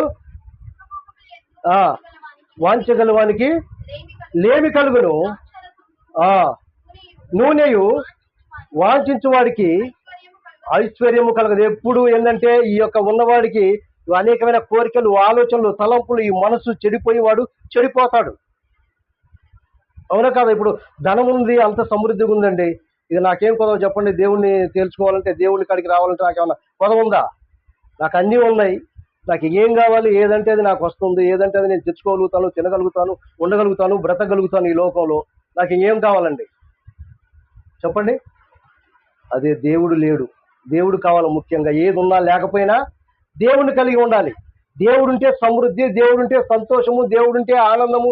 అది తెలియదు ఈ లోకానికి. కానీ నాకు సంతోషం కావాలి, ఆనందము కావాలి, సుఖం కావాలి అని అనుకుంటావు ప్రియులారా. కానీ ఆ సుఖము సంతోషం ఇచ్చేది ఎవరు? దేవుడు. అంటే ఇన్ని కష్టాలు అనుభవించిన దేవుడు సుఖం ఇవ్వడా? ఇస్తాడు. ఎందుకంటే నీ శ్రమ, నీ కష్టము నేను ఎరుగుదును. నువ్వు ఎలా శ్రమిస్తున్నావో, ఎలా నా కొరకై నువ్వు ప్రార్థిస్తున్నావో, స్తుతిస్తున్నావో, నాకు లోబడుతున్నావో, నా మాట వింటున్నావో నాకు తెలుసు. కాబట్టి నిన్ను తగు సమయం ముందు నిన్ను హెచ్చిస్తాను. తగు సమయం వస్తుంది. ఆ సమయం దాకా మనం ఓపికగా ఉండాలి. ఆ సమయం దాకా మనం ఎంతో భక్తితో ఉండాలి, ఎంతో విశ్వాసంతో ఉండాలి. విశ్వాసంలో సన్నగిల్లిపోకూడదు. ఆ విశ్వాసం అనేది మనకి జాగ్రత్తగా మనం కాపాడుకుంటూ మనం జీవించాలి. 75 సంవత్సరాల జీవితంలో అబ్రహాము గారు ఏ విధంగా 75 సంవత్సరాలప్పుడు వాగ్దానం చేశాడు, నాయనా నీకు ఇస్రాయేలు వల్ల నీ పిల్లలు నీకు ఇస్తానని చెప్పాడు. కానీ 100 సంవత్సరాలకు ఇచ్చాడు. ఎంత ఓపికతో ఉన్నాడు? 25 సంవత్సరాలు ఓపిక. మనమైతే 5-6 సంవత్సరాలు ఓపిక పడతాం. తర్వాత ఈ భక్తి చాలే, నాకు ఈ జీవితం చాలే అనుకుంటాం. 25 సంవత్సరాలు ఓపికతో కనిపెట్టాడండి. నేను ఎన్ని సంవత్సరాలు ఓపికతో కనిపెడుతున్నాం? 1 సంవత్సరం, 2 సంవత్సరాలు, 1 వారం చేసేసరికి నా భక్తి పండిపోయిందని మనం దేవుడిని విడిచిపెడుతూ ఉంటాం. కానీ అలా ఉండకూడదు. నా గురి దేవుడే. ఉంటావా, చనిపోతావా? ఉంటే ఈ లోకంలో బ్రతుకుతాను కొన్ని సంవత్సరాలు, పోతే ఆయన కాడ సంతోషంతో నిత్యము ఉండగలుగుతాం. అలాంటి జీవితాన్ని మనం పొందుకోవాలి. అలాంటి జీవితం ఉన్నప్పుడు అన్ని సంతోషాలు, ఆనందాలే ఉంటాయి. కానీ ఎప్పుడు ఈ లోకంలో మనం సుఖాన్ని కోరుకుంటామో ఆ సుఖం ఇచ్చేది ఎవరు? దేవుడు ఇవ్వాలి. నీవు నేను కోరుకుంటే రాదు, నువ్వు నేను అనుకుంటే రాదు. నువ్వు నేను పడితే ఏమంటావు, సుఖంతో ఉన్నాయి, నాకున్నాయి కాబట్టి అన్నీ కొనుక్కుంటాను ఉంటానంటే అవి అయిపోయిన తర్వాత నీ పరిస్థితి ఏంది? ఉండదేమి. కాబట్టి అందుకోసమే దేవుడి దగ్గర సుఖం పొందుకోవాలి. మనం సుఖం పడాలంటే కాదు. అందుకోసం మనం దేవుడు ఇచ్చే అనేక ఉన్నాయి. ధనవంతుడు ఉన్నాడు ఈ లోకంలో. లోకస్వార్థ 9:50 అంటాడు, నాకు అన్నీ ఉన్నాయి. ధనవంతుడు ఎలా జీవించేవాడు? సంతోషముతో, ఆనందముతో, ఊదవస్త్రములు కట్టుకుంటూ మంచిగా జీవించేవాడు. నా ప్రాణమా తినుము తాగుము సుఖించుము అన్నాడు. కానీ ఏమన్నాడు? ఈ రాత్రి నువ్వు ఈ లోకంలో సుఖించినా, సంతోషించినా, ఆనందించినా నువ్వు నాలో లేవు కాబట్టి నువ్వు ఎంత సుఖమైన ఈ లోకంలో విడిచిపెట్టి రావాల్సిందే. కాబట్టి మనం దేవుడిలో సుఖాన్ని చూసుకోవాలి, దేవుడిలో సంతోషం. దేవుడి కూడా ఇస్తాడు, అన్ని ఇస్తాడు, అన్ని ఇచ్చేవాడే ఉన్నాడు. అన్ని మనకి ఏది పదవ కాదు ప్రియులారా. అందుకోసం అంటాడు చూడండి, కీర్తన గ్రంథం 16వ అధ్యాయంలో, కీర్తన గ్రంథం 16వ అధ్యాయం 11వ వచనంలో, 16-11 నీ సన్నిధి జీవ మార్గమును నాకు తెలియజేసదువు, నీ సన్నిధిని సంపూర్ణ సంతోషములు కలవు. ఆయన కుడి చేతులు ఏమున్నాయి? నిత్యము సంతోషం ఇస్తాడండి. ఆయన సన్నిధికి నువ్వు వచ్చావంటే, ఆయనకి లోబడ్డావంటే, ఆయన మాట విన్నావంటే, ఆయన ఇష్టానుసారంగా జీవించావంటే ఏమంటున్నాడు? నా కాడ అన్నీ నీకు సుఖాలే, సంతోషము, ఆనందము అన్నీ ఇస్తాడు. ఈ లోకంలో మనం కాదు కోరుకునేది, మనం కాదు పొందేది, నేనే పొందుతున్నాను, నాకే ఆనందం ఉందనేది కాదు. కానీ దేవుడి వాళ్ళి, దేవుడి తట్టు నువ్వు ఎప్పుడు తిరుగుతావో దేవుడు అన్ని నీకు ఇస్తాడు. సంతోషం ఇస్తాడు, ఆనందం ఇస్తాడు, సుఖాన్ని ఇస్తాడు. అదే దీర్ఘాయుషత ఇస్తున్నాడు. సామెతలో 3:2 అంటాడు, దీర్ఘాయుషత సుఖ సంవత్సరాలు గడుపు సంవత్సరాలు నీకు సుఖ సంతోషముతో సుఖ జీవంతో గడుపు సంవత్సరం నేను నీకు ఇస్తాను. అసలు ఎలాంటి దేవుడు అండి, ఎలాంటి గొప్పవాడు అండి. నువ్వు ఆయన మాట విని ఆయనకి లోబడు, ఆయనకి సంతోషంగా ఆయన వైపు చూసినట్లయితే ఏమన్నాడు? దీర్ఘాయువును సుఖ జీవంతో గడుపు సంవత్సరం నేను నీకు ఇస్తాను. శాంతి ఇచ్చేవాడు, సంతోషాన్ని ఇచ్చేవాడు, ఆనందం ఇచ్చేవాడు, ఆయన అన్ని ఇచ్చేవాడు. నువ్వు కూడా కొంచెం శ్రమ పడేసరికి నువ్వు ఆయన నుంచి తొలగిపోతూ ఉన్నావు, ఆయన్ని విడిచిపెడుతున్నావు, ఆయనకు లోబడట్లేదు, ఆయన మాట వినట్లేదు. ఎందుకని? దేవుడు ప్రేమించిన వారిని ఏమన్నాడు? గద్దిస్తాను, శిక్షిస్తా అన్నాడు. నువ్వు నాకు ప్రేమగా ఉన్నావు అనుకో, నా ప్రేమ ఏ విధంగా ఉంది నా మీద, నీకు ప్రేమ అనేది పరీక్ష పెడతా ఉంటాం. అవునా కదా? నాకు కుమారుడు అనుకో, నేను ఏమనుకుంటాను, కొని ఇస్తాను, ఇచ్చిన తర్వాత నాకు పెట్టమంటే పెడతాడు వాడు? పెట్టాడు. చూసావా నా మీద ఎంత ప్రేమ ఉంది, నా ప్రేమ నేను చూపెడుతున్నాను, నా మీద నా కుమారుడికి ఎంత ప్రేమ ఉందనేది మనం ఆలోచిస్తాం. ఆయన కూడా ప్రేమ గలవాడు, సమస్తం ఇచ్చేవాడు, అన్నీ ఇచ్చేవాడు, సమృద్ధిగా ఇచ్చేవాడు. ఆయన దగ్గర ఆయన్ని మనం కలిగి ఉంటే ఆయన సమృద్ధికి ఇచ్చేవాడండి, అన్ని ఇచ్చేవాడండి. అది అంటాడు సామెతల గ్రంథం కూడా 3:24 కూడా చూడండి, 3వ అధ్యాయం 24వ వచనంలో ఏమంటున్నాడు?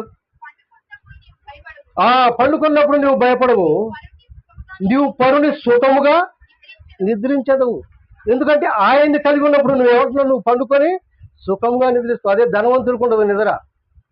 ధనవంతుడికి నిద్ర పట్టదండి. ఈ లోకం అనుకుంటాం వాడికి ఎంతో ధనం ఉందనుకుంటాం, నిద్ర పట్టదు. ఎప్పుడు ఏందా, ఎలా సంపాదించాలా, ఇంకా నేను ఏం చేయాలా, ఎలా చేయాలని ఆలోచనే కానీ ఆలోచనదే కానీ.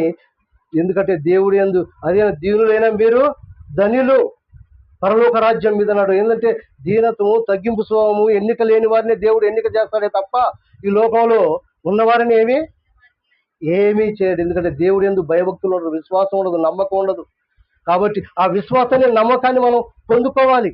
పొందుకున్నప్పుడు మనకి సంతోషము, ఆనందము, ఎంత సంతోషము, ఆనందం అంటే దేవుడిలో ఆ సంతోషము, ఆనందము ఈ లోకంలో మనుషులకు తెలియదు. ఎందుకంటే దేవుణ్ణి కలిగి ఉన్నప్పుడు, దేవుడి ఇష్టాన్ని నెరవేర్చేటప్పుడు, ఆయనకి లోబట్టేటప్పుడు, ఆయన మాట వినేటప్పుడు మనకి ఎంతో సంతోషము, ఆనందం ఉంటుందండి. ఆ సంతోషము, ఆనందం ఇవ్వటానికే దేవుడు ఈ లోకానికి వచ్చాడు. మనం కూడా ఆ యొక్క పరలోక రాజ్యములు ఆయన చేర్చడానికి, మనందరినీ ఆయన దగ్గర ఉంచుకోవటానికి, సంతోషం వేయటానికి. మరి ఆ సంతోషంలో నీవు పాలు పొందుకోవాలంటే ఈ యొక్క మధ్యాహ్న కలత్వం నిజంగానే ప్రభువా, నా ఈ లోకంలో నెమ్మది లేదు ప్రభువా, సంతోషం లేదు ప్రభువా, శాంతి లేదు, ఆనందం లేదు ప్రభువా, ఎంత ఉన్నా కానీ.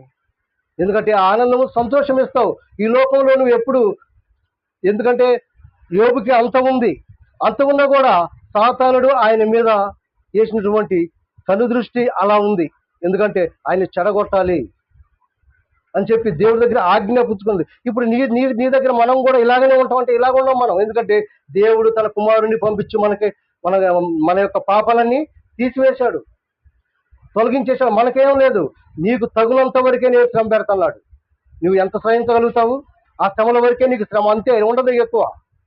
ఎందుకంటే దేవుడిని కలిగి ఉన్నప్పుడు, దేవుడికి లోబడినప్పుడు, దేవుడి మాట వినేటప్పుడు నీకు తగినంత వరకు నాయన ఈ శ్రమలకి నేను చనిపోతాను ప్రభు అన్నావు అనుకో, ఎమ్మటే ఆయన నీతో మాట్లాడతాడు, ఎమ్మటే నీకు ఏది కావాలో అది ఇస్తాడు.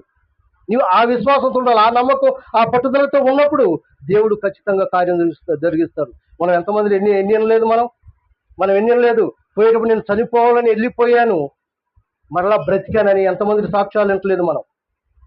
చూడండి, ఎంతోమంది చనిపోవాలని పోతారు. ఎందుకంటే దేవా, ఎందుకు ప్రభు నేను ఇంత ప్రేమించాను, ఇంత నీకు లోబడుతున్నాను, నేను ప్రార్థిస్తున్నాను, నేను స్తుతిస్తున్నాను, నీ సంధికి వస్తున్నాను, నీ లెక్కల ప్రకారంగా జీవిస్తున్నాను, నాకెన్ని శ్రమలా, ఎందుకు బ్రతకటం అని చెప్పి పోయిన వారు మరలా తిరిగి వచ్చిన వాళ్ళు ఎంతమంది పిల్లారా. కాబట్టి దేవుడు ఎప్పుడు శ్రమ పెట్టేవాడు కాదు. ఎందుకంటే ఆయన ప్రేమ, ఆయన గొప్పది. ఆయన ప్రేమ ఎంతో శాశ్వతమైన ప్రేమతో నేను నిన్ను ప్రేమిస్తున్నాను. ఈ ప్రేమ, ఈ లోకస్తుల ప్రేమ, మన తల్లిదండ్రుల ప్రేమ ఎంతది ప్రియులారా, ఏ పాటిది కాదు. ఆయన ప్రేమ ఎంతో గొప్పది. ఎందుకంటే ఆయన పిల్లలైన మనము ఎప్పుడైనా ఆ యొక్క పరలోక రాజ్యములో, ఆయన నిత్యము ఉండే నివాసములు మనం కూడా ఉండాలని ఆయన కోరుకుంటున్నాడు. కాబట్టి ఆ ప్రేమ విడనాడనిది. తల్లిదండ్రులు విడిచినా నేను విడవను విడబాయని అన్నాడు. కాబట్టి ఆ ప్రేమలో నీవు నేను ఉన్నట్లయితే ఈ లోకంలో ఈ సుఖ దుఃఖాలు ఏపాటి మనకి ఎన్నికలేని ఈ కష్టకాలం ఏపాటిది పిల్లల, కొంచెం కాలమే నీకు ఇచ్చాను, కొంచెం కాలంలోనే మనకి ఎన్నో శ్రమలు వచ్చినా అవన్నీ మనం దేవుడు ఎందుకు కలిగి ఉన్నప్పుడు అవన్నీ మనల్ని తొలగిపోతాయి, తీసివేస్తాడు, సంతోషాన్ని ఇస్తాడు, ఆరోగ్యాన్ని ఇస్తాడు, ఆనందాన్ని ఇస్తాడు. అలాంటి సంతోషము, ఆనందాన్ని పొందుకోవాలి ప్రియులారా. తిమోతికి రాసిన మొదటి పత్రిక అపొస్తలుడైన పౌలు గారు అంటూ ఉన్నాడు. తిమోతికి రాసిన మొదటి పత్రిక చూడండి, 5వ అధ్యాయం 6వ వచనంలో ఏమంటున్నాడు, ఆ సుఖభోగములు ఎందుకు ప్రవర్తించున్నది బ్రతికిచుండియు సచ్చినది. ఎందుకంటే సుఖభోగాలు అనుభవించే వాళ్ళు ఏమంటున్నాడు, బ్రతికి ఉండి సచ్చినట్టు లెక్క. ఎందుకంటే దేవుడు అంటే తెలుసుకోరు, దేవుడు అంటే లోబడరు, దేవుడు అంటే మాట వినరు, ఆయన ఇష్టాన్ని తెలుసుకోలేరు, ఆయనకి లోబడలేరు. కాబట్టి అంటున్నాడు, సుఖభోగములు ఎందుకు ప్రవర్తించినది బ్రతికిచుండి కూడా సచ్చిన కింద లెక్కే. ఎందుకంటే దేవుణ్ణి కలిగి ఉండకుండా నీకు ఏది ఉన్నా, ఏది ఈ లోకంలో ఏది సంపాదించినా కూడా అదంతా వ్యర్థమే పిల్లరా. అందుకోసం దేవుడి ప్రేమలో మనం ఉండాలి, దేవుణ్ణి కలిగి ఉండాలి. ఆయనలోనే సుఖము, సంతోషము, ఆనందము అన్ని ఇచ్చేది ఆయనే, సమృద్ధి సమస్తం ఇచ్చేది ఆయనే. మనకు ఈ భూమి ఆకాశములు సమస్తము ఇచ్చింది ఆయనే. కాబట్టి ఆయనలో నీవు ఉండాలి. ఆ యొక్క ఎన్ని ఈ లోకంలో సుఖాలున్నా, సంతోషం ఉన్న, ఆనందం దేవునిలో ఉన్న సంతోషం, దేవుని కలిగి లేకపోతే నీకు వెన్నున్నా వ్యర్థమే. కాబట్టి ఆ యొక్క దేవుణ్ణి కలిగి ఉండటమే గొప్ప భాగ్యము. ఆ యొక్క సంతోషము, సుఖము, ఆనందము, ఆ సంతోషము, ఆనందాన్ని మనం పొందుకోవాలని ఈ యొక్క మధ్యాహ్న కాల సమయంలో దేవుడు తెలియజేస్తున్నాడు. కాబట్టి నిజంగా ఆ సంతోషం, ఆనందాన్ని నాకు దయచేయి ప్రభువా. నా తండ్రి, నాకు కూడా నేను ఎంతో శ్రమ పడుతున్నాను, ఎంతో వేదన పడుతున్నాను, ఎన్నో బాధలు, కష్టాలు ఇవన్నీ నాకున్నాయి ప్రభువా. ఉన్నా కూడా ఆ సంతోషం నువ్వు ఇచ్చేవాడు ప్రభువా. ఆ సంతోషాన్ని నాకీ ప్రభు ఈ మధ్యాహ్న కాల సమయంలో నీకు లోబడతాను ప్రభు, నీ మాట వింటాను ప్రభు, నీకు ఇష్టానుసారంగా నేను జీవిస్తాను ప్రభు అంటే ఆయన సమృద్ధిని ఇచ్చేవాడు, సంతోషాన్ని ఇచ్చేవాడు. ఆ సంతోషం మనందరికీ అని ఆయన కోరుకుంటాడు. కాబట్టి నిజంగానే ప్రభు ఆ సంతోషం నాకు కావాలా ప్రభు, ఈ మధ్యాహ్నం ఆ సంతోషాన్ని పొందుకోవాలా ప్రభు అని చెప్పి మనం ప్రార్థిస్తే ఆయన మనకి ఇస్తానికి సిద్ధంగా ఉన్నాడు. ఈ కొద్ది మాటలు దేవుడు దీవించునుగాక. తలవంచి కలముంటే ప్రార్థన చేసుకున్నాం. పరిశుద్ధుడా, మౌనతుడా నాయన, నీ ఘనమైన ఉన్నతమైన శ్రేష్టమైన నామాన్ని బట్టి నీ పొందలాలు ప్రభు. నా తండ్రి నాయన నిజంగానే ప్రభు, నా తండ్రి ఈ లోకంలో ఎంతో మంది ధనవంతులు, జ్ఞానవంతులు నాయన ఉన్నారు. కానీ ప్రభు నా తండ్రి వాళ్ళకి ఏ మాత్రం సంతోషము, ఆనందము లేదు ప్రభు. నా తండ్రి ఎన్నిక లేని వాడిని బలహీనుడను నా తండ్రి నువ్వు ఇచ్చిన మాకు సంతోషాన్ని బట్టి నీ పొందనాలు ప్రభు. నా తండ్రి కొనైనా నీవే మాకు నా తండ్రి ఆయుష్, ఆరోగ్యము సమస్తం ఇచ్చేది నీవే ప్రభు. నీలోనే సంతోషం, నీలోనే ఆనందం, నీలోనే సమస్తం ఉన్నాయి ప్రభు. ఆ సంతోషాన్ని నేను తెలుసుకున్నాను ప్రభు ఈ మధ్యాహ్న కాల సమయంలో. ఆ సంతోషం నాకు కావాలా ప్రభు, ఆ యొక్క జీవం నాకు కావాలా ప్రభు, నా తన ఆ యొక్క మార్గం నాకు కావాలా ప్రభు. నీవే ఇచ్చేవి ప్రభు, నువ్వు తప్ప నాకు ఈ లోకంలో ఎవరున్నారు ప్రభు. నా తండ్రి నీవే నాకు సమృద్ధిని ఇచ్చేవాడు, ఆనందం ఇచ్చేవాడు, సంతోషం. అలాగే సంతోషాన్ని పొందుకునే కృప నాకు దయచేయండి. నీకు లోబడతాను ప్రభు, నీ మాట ప్రకారంగా జీవిస్తాను ప్రభు. ఈ మధ్యాహ్న కాల సమయంలో సరిదించండి ప్రభు, నీవే సహాయం దయచేయండి. నా తండ్రి ఇన్న ప్రకారంగా ప్రతి ఒక్కరు హృదయంలో నీరు కట్టి ఫలింపు చేసి వాక్యానుసారంగా జీవించే కృపను దయచేయండి ప్రభు. అలాగే నా తండ్రి నాయన మీ దాసుని బలపరచండి. ఏమైనా కాలములు నా తండ్రి నాయన నీ కొరకై జీవిస్తూ ఉండగా నా తండ్రి నీ పరిశుద్ధాత్మ ద్వారా నింపి నాయన ఇగో నాయన ఎటువంటి హృదయానికి ఎటువంటి ఆత్మీయం కావాలో మీ దాసు తెలియజేయమని నిమిషం మాత్రం ఉంచమని నా ప్రేమను రక్షకులను యేసుక్రీస్తు వారి నామని ప్రార్థించున్నాను తండ్రి. ఆమేన్, ఆమేన్. అందరి పొందనాలు.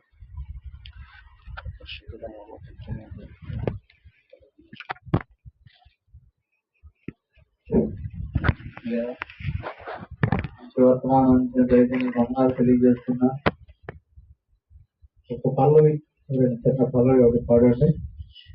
సమయం దేవుని దాసులకు అప్పచెబుదాం. అందరు కలిసి చప్పట్లు కొట్టు.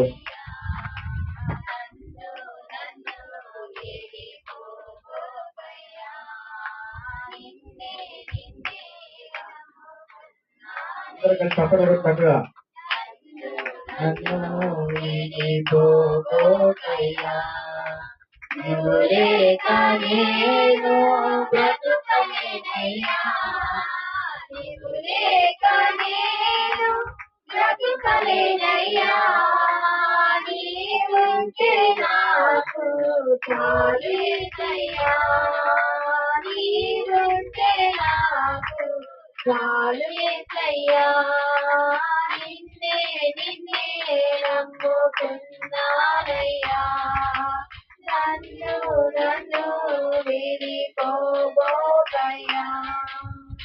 చాలండి. మన మధ్యలో ఎదురా శాస్త్రి గారు ఉన్నారు. సమయాన్ని ఎదురా శాస్త్రి గారు రాకపోతే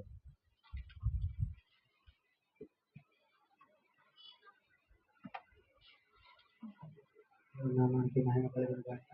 ఇప్పుడు మీ అందరికీ తలలోంచి కళ్ళు మూసుకున్నట్లయితే ప్రార్థన చేస్తున్నాం.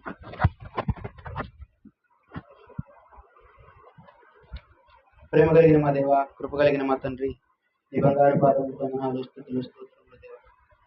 తండ్రి, ఇంతవరకు నీ సజీవ లెక్కలో ఉంచుకుంటూ గత పునరుద్ధాన దినాన్ని నుంచి ప్రభు పునరుద్ధాన దినం వరకు తండ్రి నీ రెక్కల చోటున భద్రపరుచుకొని మరుగుపరుచుకొని దేవ, మరి ఒక నూతన పునరుద్ధాన దినాన్ని మాకు అనుగ్రహించినందుకు నీ వందనాలు స్తోత్రములు దేవ.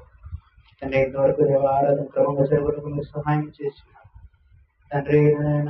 పాటలైన మీరే మహిమ ఘనత ప్రభావాలు పొంది ఉన్నారు చెప్పిన దాసులు చెప్పినటువంటి మాటల ప్రకారం మీరు మాతో నడిపించిన విధానాన్ని బట్టి నీకు వందనాలు స్తోత్రం. ఈ సమయంలో తండ్రి కొద్ది నిమిషంలో దేవ నీకు మాటలు మేము తెలుసుకొనిచుండగా తండ్రి మీరు కావాల్సినటువంటి జ్ఞానాన్ని తెలివితో మమ్మల్ని నింపమని ప్రార్థించుకుంటున్నాం.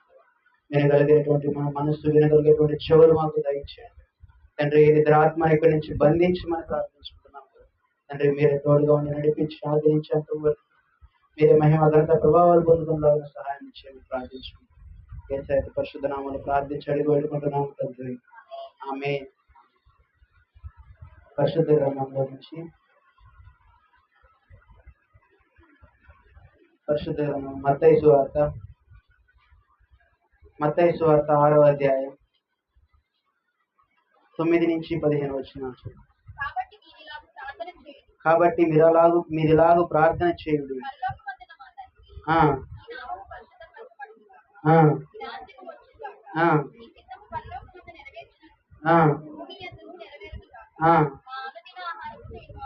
దయచేయము,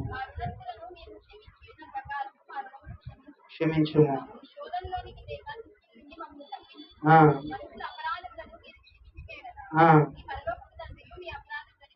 క్షమించుము,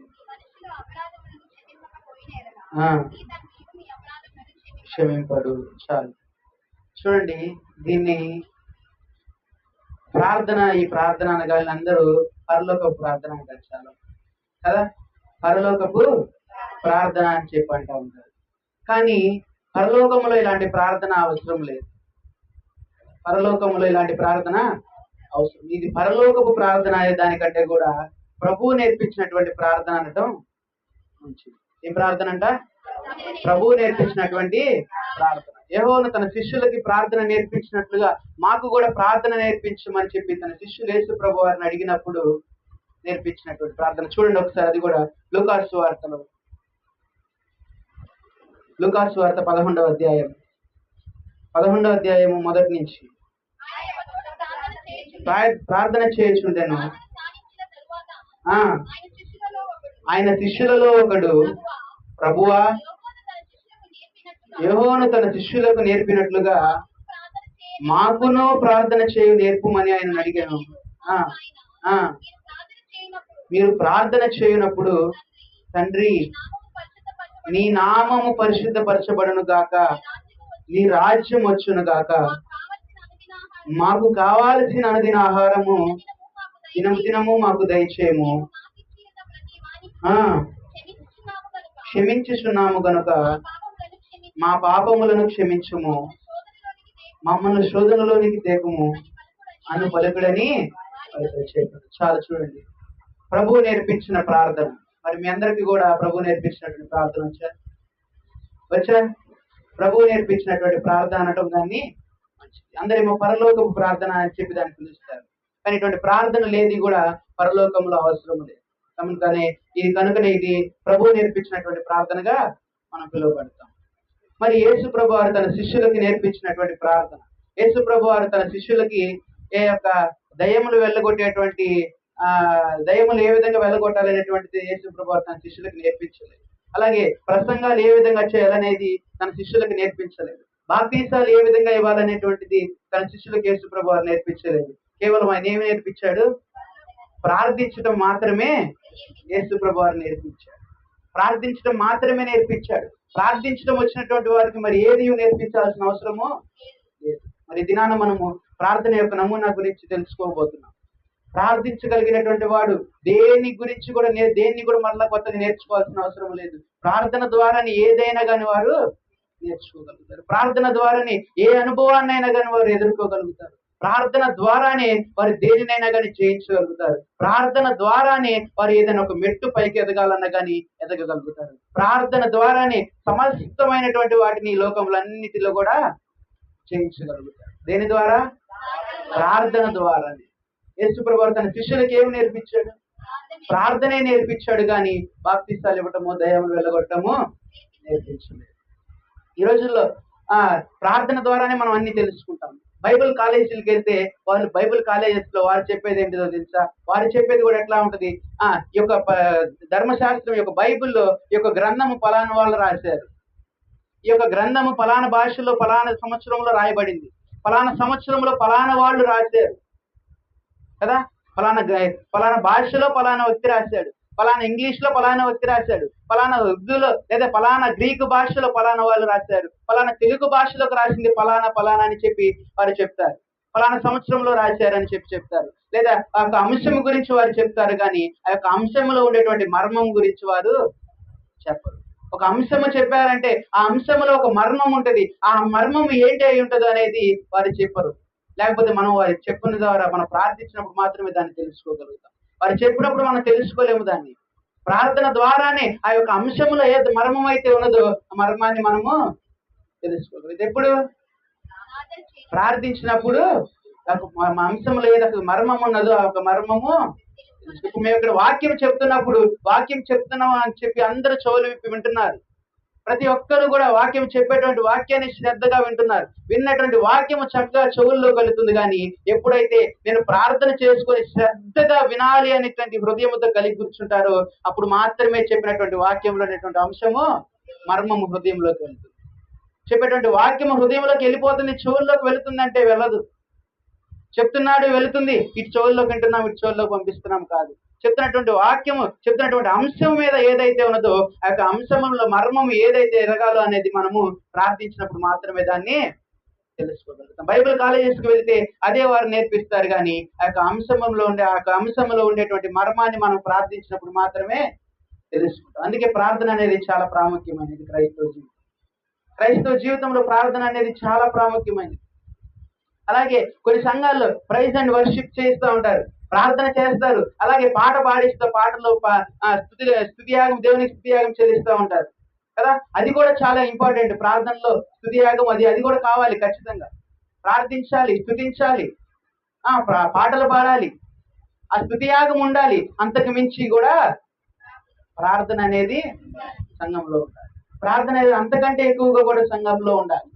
ప్రతి వారం మనము కూడా ఎన్నో దినాలుగా ప్రార్థించాలి, ప్రార్థనకి కొంత సమయం కేటాయించాలి అని చెప్పి ఎన్నో దినములుగా మనం అనుకుంటున్నాం. కానీ పరిస్థితులు బాగోకపోవటం వల్ల, లేకపోతే మనం పెట్టుకుందాం అనుకునేసరికి ఎండాకాలం వచ్చి టైం కుదించుకోవటం, ఎండలు ఇబ్బందిగా ఉంటుంది మరలా తిరిగి వెళ్ళడానికి అని చెప్పి త్వరగా ముగించుకోవాల్సి వస్తుంది.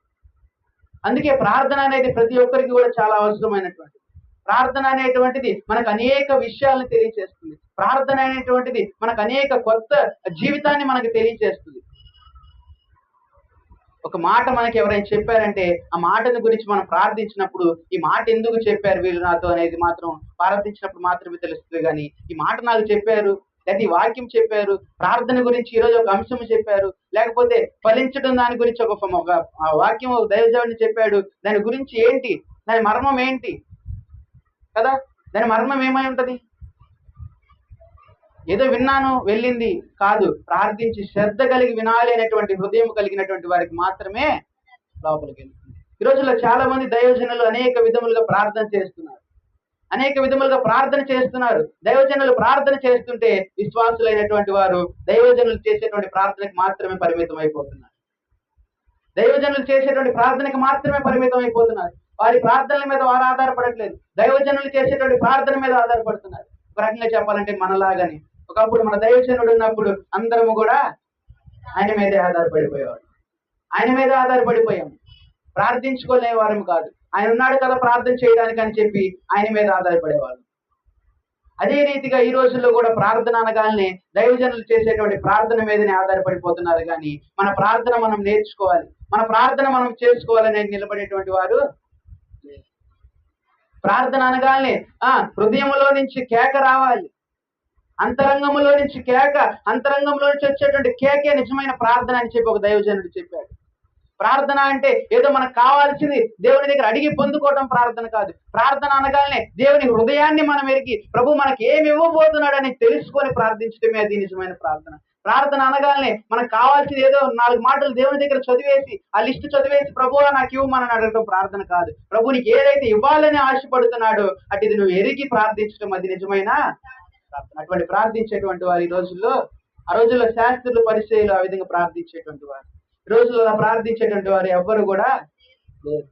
ప్రార్థించేవారు లేకపోవటమే కాకుండా అది ప్రార్థించేటువంటి వారు కనుక ప్రార్థన చేయనటువంటి అవిశ్వాసులతో, అజ్ఞానులతో ప్రార్థన చేయలేదు, వారికి ప్రార్థన చేయటం రాదు అనుకున్నటువంటి వారు ప్రార్థించే వారిని పక్కన కూర్చోబెట్టుకున్నా కానీ ప్రార్థన చేసే వారికి ప్రార్థన నడవదు. ప్రార్థన అనేది నడవదు, ప్రార్థనలో ముందుకెళ్ళలేరు. ప్రార్థన రాని వారితో కూర్చుంటే ప్రార్థన నేర్పించేటట్టుగా ఉండాలి, కానీ ప్రార్థన రానటువంటి వారితో కూర్చొని మనము కూడా ఏకీభవించి ప్రార్థించుకుంటూ వెళ్ళిపోతున్నారు. ప్రార్థన రానటువంటి వారికి ప్రార్థన నేర్పించాలి. ప్రార్థన రానటువంటి వారితో మనము కూడా కూర్చొని వారితో ఏకీభవించి ప్రార్థించకుండా అందరి మాదిరి ఈ లోకం మాదిరిగానే మనం కూడా వెళ్ళిపోతే వ్యర్థమే కదా? వ్యర్థమేనా కాదా? వ్యర్థమే. లోకానుసారంగా మనం వెళ్ళిపోకూడదు. ప్రార్థన రానటువంటి వారికి ప్రార్థన నేర్పించుకొని ప్రార్థనలో కలిసి ఏకీభవించి వెళ్ళేవారిగా ఉండాలి. అందుకే యేసు ప్రభు వారు ప్రార్థించుకోవడానికి వెళ్ళేటప్పుడు తన శిష్యులైన అందరినీ వెంట పెట్టుకొని వెళ్ళలేదు కదా? ప్రార్థనకి వెళ్ళేటప్పుడు అందరిని వెంట పెట్టుకొని వెళ్ళలేదు, 3 మాత్రమే వెంట పెట్టుకొని వెళ్ళాడు. ఎవరు వాళ్ళు? పేతురు, యోహాను, యాకోబును మాత్రమే వెంట పెట్టుకొని వెళ్ళాడు. వారు ఏదో బహు ప్రార్థన చేస్తారని కాదు, బాగా ప్రార్థిస్తారని కాదు, అందరూ అంతే ఉన్నారు కాబట్టి ఉన్న వారిలో కొంచెం గొప్పగా మంచిగా ఉన్నారు కనుక వారిని వెంట పెట్టుకొని తీసుకువెళ్ళాడు. వెంట పెట్టుకొని తీసుకెళ్లి రూపాంతర కొండ మీద ప్రార్థిస్తున్నప్పుడు కదా, రూపాంతర కొండ మీద ప్రార్థిస్తున్నప్పుడు యేసు ప్రభువు రూపాంతరం పొంది మోషేతో ఏలియాతో మాట్లాడుతూ ఉన్నారు. మాట్లాడుతూ ఉన్నటువంటి సమయంలో వీరేమో చక్కగా కూర్చొని అక్కడ నిద్రపోతున్నట్టు వారిగా ఉన్నారు. నిద్రపోతున్నప్పుడు యేసు ప్రభువు రూపాంతరం పొంది ఏలియాతో మోషేతో మాట్లాడుతున్నటువంటి సమయంలో తన శిష్యులు వచ్చి ఒక మాట చెప్తారు. చూడండి, అది కూడా ఒకసారి మత్తయి సువార్త 17వ అధ్యాయం 4వ వచనంలో శిష్యులు వచ్చి యేసు ప్రభువుతో ఒక మాట చెప్తారు. మత్తయి సువార్త 17వ అధ్యాయం 4వ వచనం. అప్పుడు పేతురు, ప్రభువా మనం ఇక్కడ ఉండుట మంచిది, నీకు ఇష్టమైతే ఇక్కడ నీకు ఒకటి, మోషేకి ఒకటి, ఏలియాకి ఒకటి 3 పర్ణశాలలు కట్టుదనని యేసుతో చెప్పాను. చూడండి ఏం చెప్తున్నాడు అక్కడ, నీకొకటి, ఏలియాకి ఒకటి, మోషేకి ఒకటి పర్ణశాలలు కట్టుదనని యేసుతో చెప్తున్నాడు. పేతురు వచ్చి చెప్తున్నాడంట, ఇక్కడ బాగుంది చక్కగా ప్రదేశం కదా, ఇక్కడ బాగుంది, ఇక్కడే ఒక 3 పర్ణశాలలు, నీకొకటి, ఏలియాకి ఒకటి, మోషేకి ఒకటి ఇక్కడే కడతాము, మీ ముగ్గురి దగ్గర మేము ముగ్గురం పనివారిగా ఉంటాము, ఇంకెక్కడికి వెళ్ళొద్దు అని చెప్పి వారు చెప్తున్నారు. మరి మిగతా 9 మంది శిష్యులేమో కింద నుండి దయ్యం పడినటువంటి కుమారుడిని ఒక తండ్రి తీసుకొస్తే అతన్ని వెళ్ళగొట్టడానికి గందరగోళం అయిపోతున్నారు. దయ్యాన్ని వెళ్ళగొట్టడానికి వారి వల్ల కావట్లేదు, ఎంత గుంజుకున్నా కానీ వారి వల్ల కావట్లేదు. కానీ వీళ్ళు ఇక్కడే ఉన్నాము, మనకి ఇక్కడే బాగుంది అని చెప్పి సెలవిస్తున్నారు కదా. గుర్తుపెట్టుకుని ప్రార్థన అయిపోయిన తర్వాత మనకు ఒక పని ఉంటుంది. ప్రార్థన అయిపోయిన తర్వాత మనకు ఒక పని ఉంటుంది. ప్రార్థించి దేవుని యొక్క బలాన్ని శక్తిని మనం పొందుకోవాలి. పొందుకున్న తర్వాత సాతానుని మనము జయించాలి. మొదట మనం ప్రార్థించి అక్కడ దేవుని ఇచ్చేటువంటి బలాన్ని శక్తిని మనం పొందుకోవాలి. పొందుకున్నటువంటి తర్వాతనే అటువంటి సాతాను శక్తుల్ని మనము జయించగలుగుతాం. ఇక్కడ యేసు ప్రభు వారితో వారిద్దరిని పోలుస్తున్నాడు. ఎవరెవరిని? మోషేని, ఏలియా అని పోలుస్తున్నాడు. చూడండి, మోషే, ఏలియా, యేసు ప్రభు వారు ముగ్గురు ఒకటేనా? కాదు కదా, ముగ్గురు ఒకటి కాదు. ఒకటేనా? సజీవులైనటువంటి వారిని మీరు మృతులలో ఎందుకు వెతుకుతున్నారు? అవునా, అంతేనా కదా? సజీవుడైనటువంటి వారిని ఎక్కడ వెతుకుతున్నారు? మృతులలో ఎందుకు వెతుకుతున్నారు? వారి ముగ్గురు వేరు వేరు, ఒకటి కాదు. మోషే వేరు, ఏలియా వేరు, యేసు ప్రభు వారు వేరు. కానీ వీరు ఇక్కడ ఏం చేశారు? ముగ్గురం ఇక్కడే ఉందాము, మీ ముగ్గురు ఇక్కడ మేము పనివారిముగా ఉంటామని చెప్తున్నారు. చూడండి, వీరిని ప్రార్థన చేసుకోమని చెప్పి ప్రార్థిస్తారని చెప్పి ఆయనతో పాటు తీసుకెళ్తే వీరు అక్కడ కూర్చొని కునికి నిద్రపోతున్నారు. మరలా అక్కడ అయిపోయిన తర్వాత ఒలీవ కొండ మీదకి తీసుకువెళ్ళాడు. ఒలీవ కొండ మీదకి వెళ్ళిన తర్వాత ఒక రాయి విసిరేసి, ఆ రాయి వెళ్ళినంత దూరంలో నేను కూర్చొని ప్రార్థించుకుంటా ఉంటాను, మీరు ఇక్కడ కూర్చొని ప్రార్థిస్తా ఉండండి అని చెప్తే వీరు ఇక్కడ చక్కగా కూర్చొని నిద్రపోతా ఉంటున్నారు. యేసు ప్రభువు ఒకసారి వచ్చి చూశారు, 2 సార్లు వచ్చి చూసేలాడు, 3వ సారి వచ్చి కూడా చూసేలాడు. ఇక్కడ ఒక నిద్రపోతులాగా నిద్రపోతున్నాడు. నిద్రపోతున్నారా?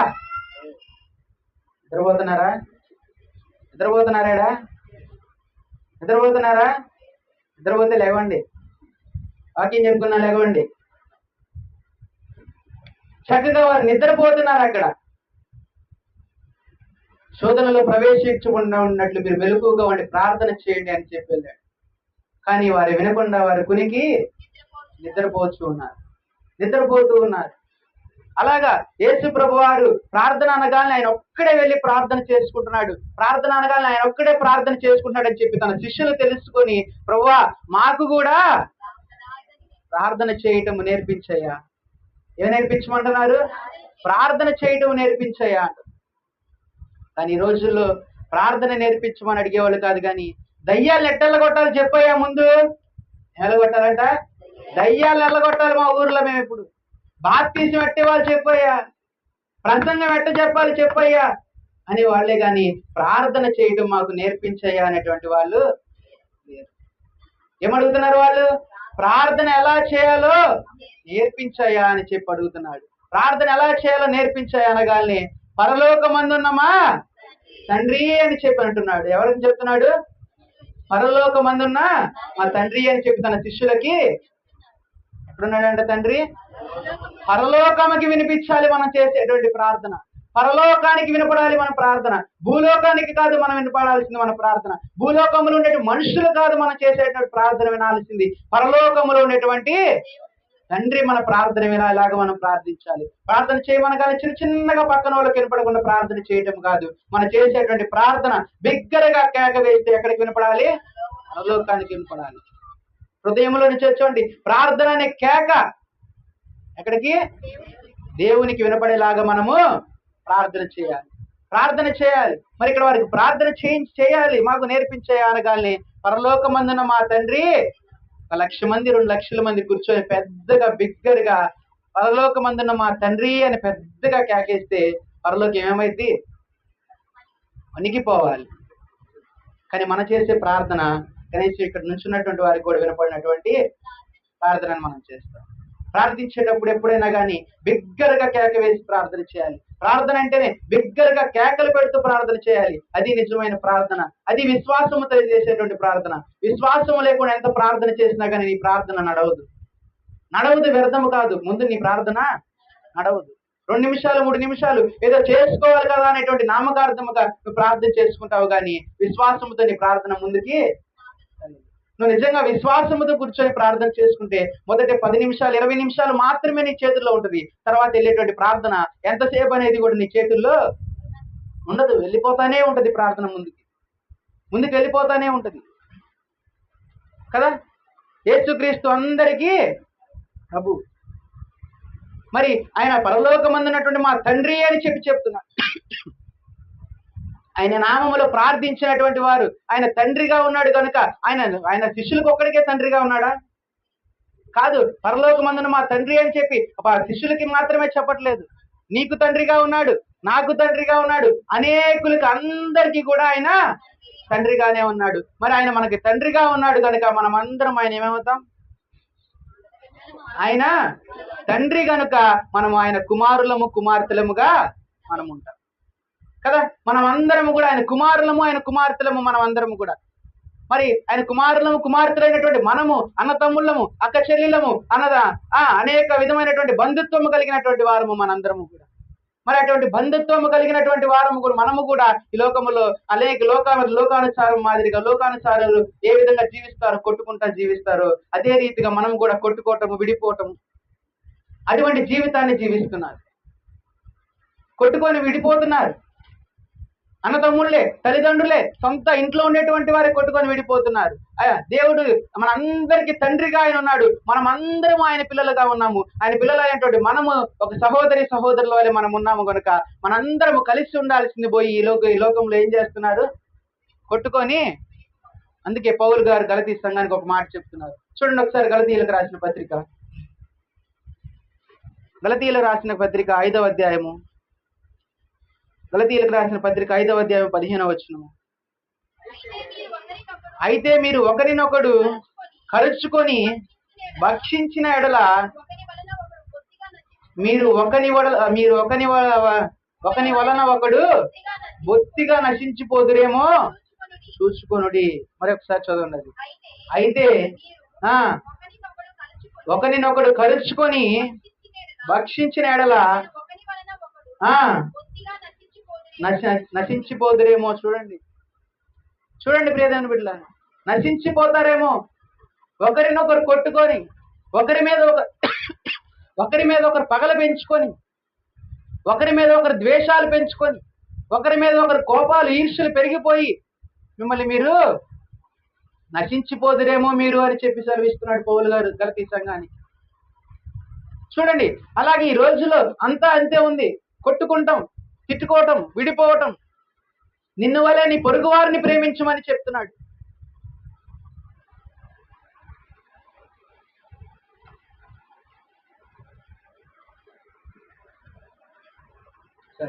ఏం చెప్తున్నాడు? నిన్ను వలే నీ పొరుగు వారిని ప్రేమించమని చెప్తున్నాడు. నిన్ను వలే నీ పొరుగు వారిని ప్రేమించమని చెప్పినప్పుడు మరి నీ సొంత వారినే, ఒక తండ్రి బిడ్డలమైనటువంటి మనమే ఒకరినొకరము తిట్టుకొని, ద్వేషాలు పెంచుకొని, కోపాలు పెరిగిపోయి ఏం చేస్తున్నాం? విడిపోతున్నాం. నశించిపోతారేమో అని చెప్పి పౌలు గారు గలతీ సంఘానికి చెప్తున్నారు. మరి నీవు ఒకరి ద్వారా నీకు కోపం రావచ్చేమో, లేదా ఒకరి ద్వారా నీకు వారి మీద కోపం పెరగవచ్చేమో, లేదా వారు చేసినటువంటి పనుల వల్ల నీకు బాగా అనిపించవచ్చేమో, కానీ కోపాన్ని, పగని, ద్వేషాన్ని పెంచుకొని దాన్ని చివరి దాకా తీసుకెళ్ళకూడదు. అక్కడితో వారికి ఒకరికొకరు క్షమాపణ పొందుకోవాలి, క్షమాపణ అడగాలి, క్షమాపణ చెప్పుకొని ఒకరికొకరు సంతోషముగా కలిసి జీవించాలి. అలా జీవించకుండా ఒకరికొకరికి వేరుగా జీవిస్తే అది ప్రభువుకి ఇష్టానుసారమైనటువంటిది కాదు. తమను తాను తగ్గించుకోవాలి. తమను తాను తగ్గించుకున్నటువంటి వాడే హెచ్చించబడతాడు. కనుక ప్రతి ఒక్కరు అందరూ కలిసి ఉండనట్లుగా ప్రార్థించుకోవాలి. ప్రార్థించుకొని, ప్రభువా నన్ను వలే నా పొరుగు వారిని నేను క్షమిస్తున్న రీతిగా ప్రభువా నన్ను కూడా క్షమించు. నువ్వు ఎప్పుడైతే నీ పొరుగు వారిని నువ్వు క్షమించమని ప్రార్థిస్తావో అప్పుడు ప్రభువు నిన్ను క్షమిస్తాడు. కనుకనే ప్రార్థించే విధంగా ఈ రీతిగా ప్రార్థన చేయాలి. ప్రార్థన అనేది కూడా చాలా ప్రాముఖ్యమైనది. వర్షిప్, ఎలాగ పాటలు పాడుతూ దేవుని స్తుతిస్తున్నాము, ఎలా పాటలు పాడుతూ దేవుని మహిమపరుస్తున్నాము, ఎలా పాటలు పాడుతూ దేవుని గణపరుస్తున్నాము, పాటలతో పాటు ప్రార్థన కూడా చేయాలి. అంతే ప్రాముఖ్యమైనది. కనుక ప్రార్థించి ప్రతి ఒక్కరము కూడా ప్రార్థన చేస్తున్నాము. దేవుని సన్నిధిలో దేవుడు మన ప్రార్థనలు బట్టి విసిగిపోయేవాడుగా ఆయన లేడు. ఎంత ప్రార్థించినా కానీ ఆయన విసిగిపోతాడని అనుకుంటున్నామేమో. ఈ రోజు ఒకటి అడుగుతున్నా, మరలా రేపు వేరేది అడిగితే దేవుడు నన్ను విసుక్కుంటాడేమో. ఈ రోజు ఒకటి అడిగాను, మరలా రేపు ఇంకొకటి దేవుని సన్నిధిలో నేను ప్రార్థిస్తే వీడేంటి రోజుకి ఒకటి అడుగుతున్నాడు ఇలా అని చెప్పి దేవుడు మనల్ని చూసి దాక్కునేటువంటి వాడు. చూడండి ఒకసారి అది కూడా కీర్తనల గ్రంథం 22వ అధ్యాయం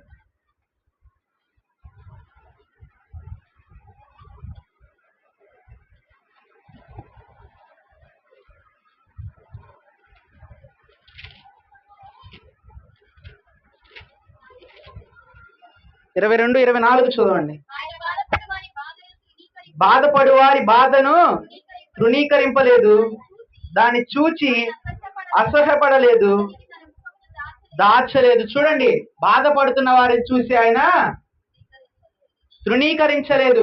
బాధతో దేవుని సన్నిధిలోకి వచ్చి ప్రార్థించుకున్నటువంటి వారిని ఆయన తృణీకరించలేదు. వీరు పుదాకల దేవుని సన్నిధి నా దగ్గరికి వచ్చి మొరపెడుతున్నారు, వీళ్ళు రోజుకి ఒక విషయం నా దగ్గరికి తీసుకొస్తున్నారు, వీరు రోజుకి నా దగ్గరికి ఒక కొత్త అంశం తీసుకొచ్చి ప్రార్థన చేస్తున్నారు. వీరు ఈ రోజు ఏమి తీసుకొస్తారు, రేపు ఈ రోజు నా దగ్గరికి ఈ రోజు తెచ్చినట్టుగా రేపు మరలా ఏమి తెస్తారో అని చెప్పి ఆయన మనల్ని చూసి దాచుకునేవాడిగా అదే చెప్తున్నాడు. ముఖము దాచుకో, ముఖము దాచలేదు ఆయన, ముఖము దాచలేదు ఆయన. మనం ఎప్పుడు ఏది అడిగినా కానీ మీకు ఏది అవసరమో అది అడగండి అని అన్నాడు. మీకు ఏది కావాలో అది నన్ను అడగండి, నేను మీకు ఇస్తానని చెప్పిన ప్రభువుని మనము కూడా ప్రార్థించి, అలాగే ప్రభువుని అడుగుతున్నామని చెప్పి విసిగిపోతాడేమో అనుకునేటువంటి వారిగా మనము ఉండకూడదు. కాబట్టి మనందరం కూడా ఈ మధ్యాహ్న కాల సమయంలో ప్రార్థించుకొని, మన కుటుంబం కోసం ప్రార్థించుకొని, మన సంఘము కోసం ప్రార్థించుకొని, ఈ లోకములో అనేకులు నశించిపోతున్నటువంటి వారి గురించి ప్రార్థించి, అందరము కూడా తండ్రి బిడ్డలమైనటువంటి మనము ఏకము కలిసి ఏక మనసు కలిగి జీవించలాగా మనందరము కూడా ప్రార్థన చేసుకున్నాం. అందరి తల నుంచి కళ్ళు మూసుకున్నట్లయితే ప్రార్థన చేసుకున్నాం. ప్రార్థన చేయండి అందరు కొద్ది నిమిషములు.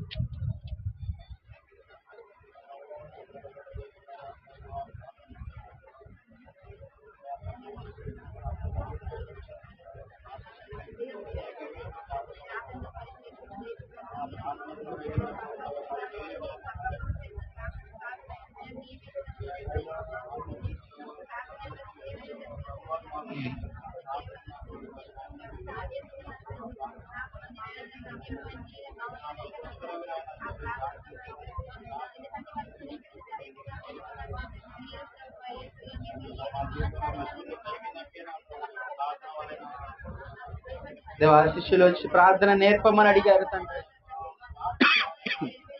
తండ్రి వారు తండ్రి ఎలాగ బాప్తీసమే వాళ్ళు అడగలేదు దేవా, దయ్యములను వెళ్ళగొట్టడం అడగలేదు ప్రభా. మీరు నేర్పించడం కూడా ప్రభా ప్రార్థన మాత్రమే వారికి నేర్పించారు దేవా. తండ్రి ప్రార్థన నేర్చుకున్నటువంటి వారికి లోకములో ఏది కూడా అవసరం లేదు దేవా. దేనినైనా కానీ అటు ప్రార్థనతో జయించగలుగుతారు ప్రభా.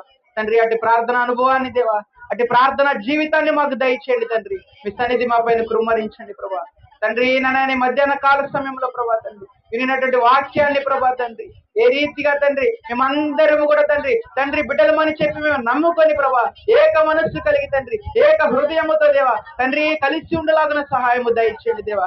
తండ్రి పౌలు గారు చెప్పిన రీతిగా ప్రభా నశించిపోతారేమో చూసుకోండి అని చెప్తున్నాడు ప్రభా.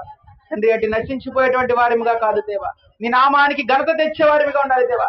అటు నశించిపోయేటువంటి వారిముగా మేము జీవిస్తే తండ్రి నీ నామాన్ని అవమానపరిచినట్లుగా అవుతుంది తండ్రి. కానీ ప్రభా గనుక అట్లా ఉండకుండా తండ్రి నాయన నీ నామాన్ని ఘనపరిచే విధంగా దేవా, నీ నామానికి ప్రభా మహిమ ప్రభావాలు తెచ్చే విధంగా తండ్రి మేము జీవించడానికి సహాయము దయచేయండి దేవా. తండ్రి అంటే ప్రార్థనని మేమందరము కూడా నేర్చుకున్నటువంటి సహాయము దయచేయండి. ప్రార్థన ద్వారానే సమస్త ఘనత మహిమ ప్రభావాలు మేము పొందుకున్నట్టు మీరు మాకు సహాయం అనుగ్రహించమని మధ్యాహ్న కాల సమయం ప్రార్థన నీ సన్నిధిలోకి చేర్చుకుని క్షేమాన్ని దయచేయమని అడుగుతూ నజరేయుడైన జీవం కలిగిన యేసయ్య పరిశుద్ధ నామములో ప్రార్థించి పెడుకుంటున్నాము తండ్రి, ఆమేన్.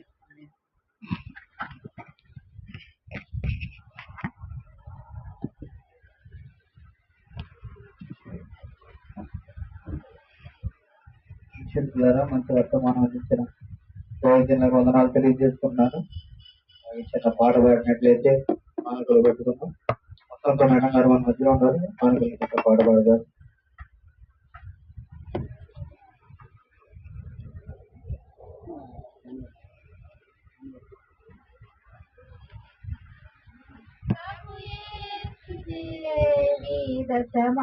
దశమాభాగమునియ వెనుదీసువా వెనుదీసువా నీ ఘనము నీ ఘనము ప్రభు యేసుదే నీ దశమాభాగమునియ వెనుదీసువా వెనుదీసువా ధరలోన ధనధాన్యములనీయగా కరుణించి కాపాడి రక్షింపగా ధరలోన ధనధాన్యములనీయగా కరుణించి కాపాడి రక్షింపగా పరలోకనాథోదనీయగా మరి యేసు కొరకీయ వెనుదీసువా పరలోకనాథోడు నీకియగా మరి యేసు కొరకీయను దీసువా నీ ఘనము ప్రభు యేసుకే నీ దశమా భాగము నీయెను దీసువా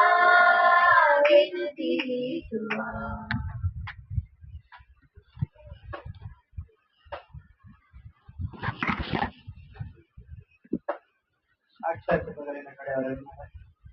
సాక్షాత్ చెప్పగలిగిన ఎవరైనా ఉన్నారా? లేకపోతే కనుక నిమిత్తము గడి దారి చేస్తారు.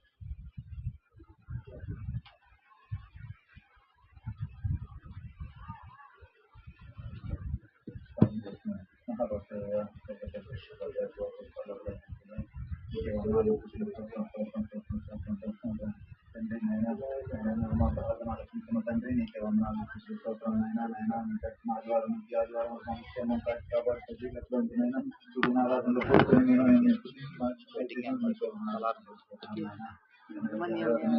జరిగింది నీకే వందనాలు విడిచిపెట్టేవారు కాకుండా ప్రేమతో జీవించేవారికి నాయన ఒకరికొకరు ప్రేమ జీవించడానికి సహాయం చేస్తున్నాను. అదేవిధంగా నేను మేమైతేనైనా ప్రార్థన ఉన్నానైనా ప్రార్థన చేయలేకపోతున్నాం తండ్రి. మేము ప్రార్థనతో జయిస్తాం తండ్రి. ప్రార్థనతో నైనా సంవత్సరాలు జీవించాలని నేను చెప్తున్న తండ్రి. నాయన మేము ప్రార్థన ద్వారా మేము జయించేవాళ్ళకి సహాయం చేసుకోవడం తండ్రి. నాయన ప్రార్థన నేర్పించిన తండ్రి. నాయన ప్రార్థన మాకు నేర్పించిన తండ్రి. నాయన మేము ప్రార్థనలో ఖచ్చితంగా ప్రార్థనలో నిలబడ్డం మాకు సహాయం చేసుకోవడం తండ్రి. నాయన అదేవిధంగా తండ్రి నాయన ఈ కానుకలను ప్రార్థించడం నాయన చిన్న కానుకలు నాయన ఇచ్చిన వారు ముఖ్యమంత్రి సహాయం చేసుకోవడం నాయన ఈ కానుకలను మీ రాజ్య వాటిని సహాయం చేసుకోవడం తండ్రి. కూడిన ప్రతి బిడ్డను ఆయన వారి అవసరానికి తీసుకున్నాను. చదువుకున్న పెట్టిన జ్ఞానం దయచేయను. ఆయన ఉద్యోగాలు తండ్రి. ఆయన వివాహాలు కొడుతున్నానంటే వివాహాలు ఏర్పాటు చేస్తారు ఎదురు చేస్తున్నాను తండ్రి. మీరే సహాయం చేసుకోవడం తండ్రి. ఆయన అంతవరకు సభ్యులు ఎక్కడ చేసుకుంటున్నాను తండ్రి. ఈరోజు 3 పెళ్లి రోజులు ఉన్నాయి మా సంఘం, మొత్తం 3. ఒకటి మన సంఘ అధ్యక్షుల వారు కిషోర్ గారు, ప్రసన్న కుమారి గారి ఈరోజు పెళ్లి రోజు అంట. అలాగే 2 రాజేంద్ర బాబు గారిది, వసంత మేడం గారిది కూడా ఈరోజు పెళ్లి రోజు అంట. అలాగే 3వది పెద్ద అన్నయ్య సురేష్ అన్నయ్య ప్రియాంకది కూడా ఈరోజే పెళ్లి రోజు అంట. ముగ్గురి కోసం మనం ఒక 2 నిమిషాలు ప్రార్థన చేద్దాం. అందరు తలలు వచ్చి కళ్ళు మూసుకున్నట్లయితే ప్రార్థన చేసుకున్నాం. దావీదుకి ప్రార్థన చేస్తాం.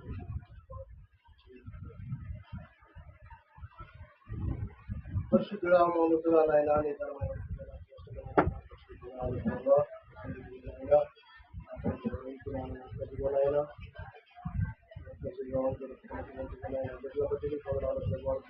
జీవితంలో నా తండ్రి క్షేమంగా సంతోషముగా ఆనందముగా నా తండ్రినైనా విధాలను బట్టి పొందడానికి అలాగే నా తండ్రినైనా ఈ రోజు నా తండ్రినైనా నా ప్రభు నా తండ్రి వారు నా ఇందులో సంతోషముగా ఆనందముగా ఉండాలంటే కేవలం నీ కృప నీ దయ నీ ప్రేమను బట్టి నాయన నా తండ్రి వారికి తోడే నడిపించండి ప్రభావాన్ని సరిదించండి. అలాగే బిడ్డలు నా తండ్రి వారి యొక్క దాంపత్య జీవితంలో ఇక్కడ సంతోషంతో ఆనందంతో ఉంటుంది సహాయం ఇచ్చేయండి.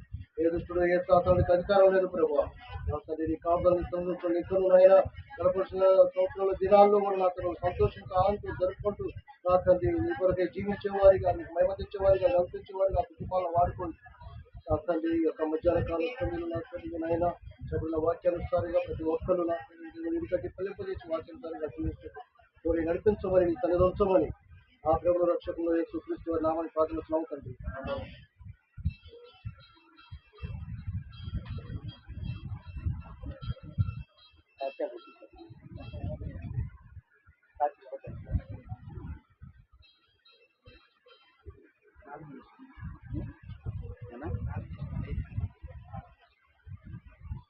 నిలబడినట్టయితే ప్రార్థన చేస్తున్నాం.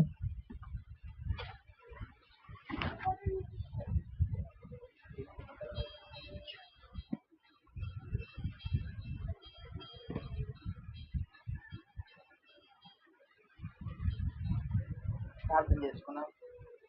ప్రేమ కలిగిన మా దేవ, కృప కలిగిన మా తండ్రి, బంగారు పదాలు పొందిన ఆలోచించి దేవా, ఇంతవరకు నీ సజీవ లెక్కలో ఆరాధన క్రమంగా జరగడానికి మీరు సహాయం చేసినట్టు నీకు వందనాలు. తండ్రి తండ్రి భాషలు పలుకున్నటువంటి ప్రతి ఒక్క మాట కూడా ప్రభావ బిడ్డల హృదయంలో నాటుకోవాలని మీరు సహాయం చేయండి. తండ్రి వారి హృదయం తండ్రి నారాయణ తెరవబడి తెలుసుకొని ప్రభావ వాక్యం వినాలంటే ఆసక్తి కలిగి ప్రభావ ప్రార్థించుకొని ప్రభావ ప్రార్థనా పూర్వకంగా ప్రభావ వాక్యాన్ని వినడానికి సహాయం దయచేయండి. తండ్రి ప్రార్థించుకోకుండా ప్రభావ ఎంత వాక్యం విన్నా కానీ ప్రభావ ఎంత బైబుల్ చదివినా కానీ ప్రభావ వాక్యం వ్యర్థమే తండ్రి. కానీ ఎప్పుడైతే ప్రార్థించుకొని ప్రభావ వాక్యంలో తండ్రి నాయన వారి శ్రద్ధ పెట్టి మనసు పెడతారు దేవా, అటు వాక్యం వారి జీవితాలు ఫలించడానికి సహాయం చేస్తుంది దేవా. తండ్రి అటు హృదయం కలిగి జీవించే బిడ్డలకు ఉంటుంది సహాయం దయచేయండి దేవా.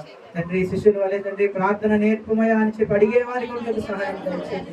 ఈ సన్నిధిలో ప్రార్థన అనుభవాలు నేర్చుకునేటువంటి వారికి ఉంటుంది సహాయం దయచేయండి. భక్తులు బాలిపోయాం ప్రభావ, భక్తిలో పెరిగిపోయాము, భక్తి ఎక్కువ అయిపోయింది అనేటువంటి ఉద్దేశం కాదు కానీ తండ్రి మాకు ప్రార్థన నేర్పించమని అడిగిన వారికి ఉంటుంది సహాయం దయచేయండి దేవా. ప్రార్థన అనుభవాలను తెలుసుకుంటకు సహాయం దయచేయండి. ప్రార్థన మర్మమును ప్రభావం ఎరుగుటకు మీరు మాకు సహాయం దయచేయండి దేవా. మీరే దీవించండి తండ్రి, ఆశీర్వదించి కృపతో నింపమని ప్రార్థించుకుని పెట్టుకుంటున్నాము దేవా.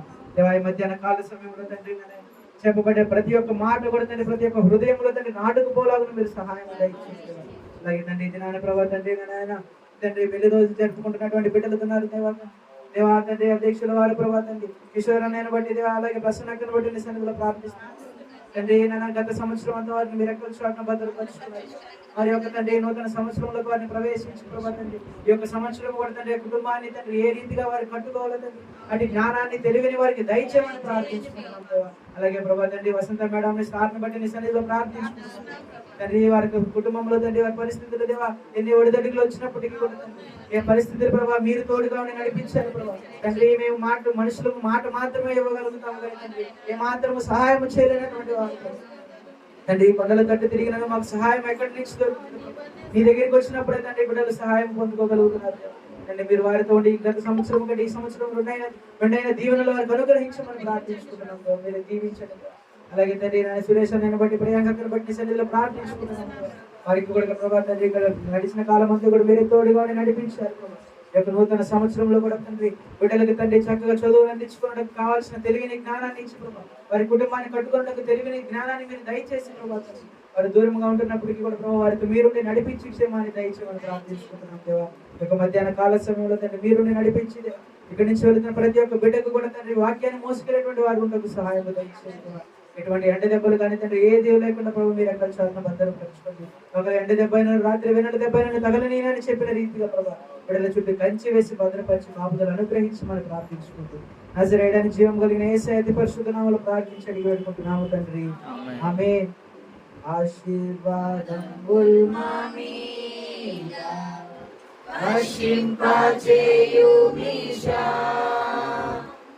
ఆశతో నమ్మియున్నాము నీ సత్య వాగ్దానము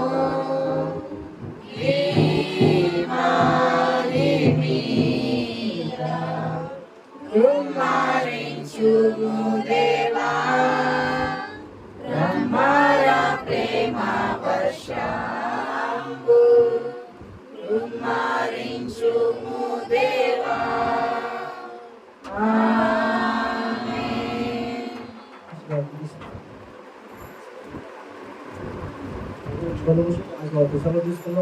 తండ్రి అయిన దేవుడి ప్రేమ, కుమారుడైన యేసుక్రీస్తు వారి యొక్క కృప, పరిశుద్ధాత్మ యొక్క అన్యోన్య సహవాసము ఇప్పుడు ఎల్లప్పుడూ సదాకాలం మనందరికీ తోడేండి నడిపించునుగాక. ఆమేన్.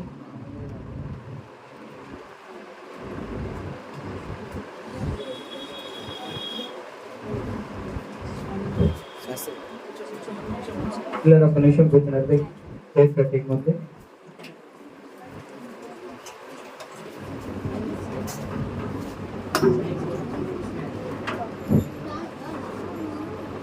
కేక్ కటింగ్ ఎలా ముందుగా నేను చిన్న సాక్ష్యం చెప్తాను. సాక్ష్యం తర్వాత కేక్ కటింగ్లో వెళ్దాం.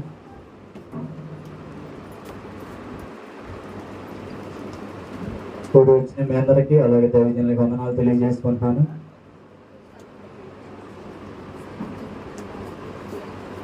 నేను ఎప్పుడు కూడా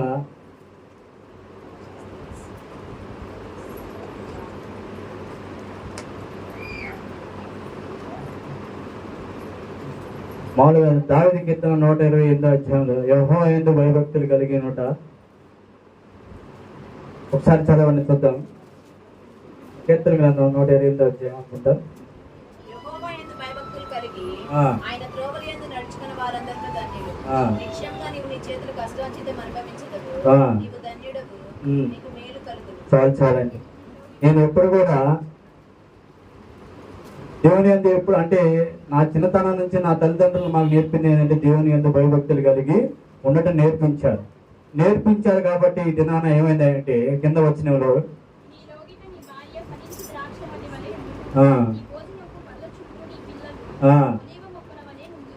చాలండి.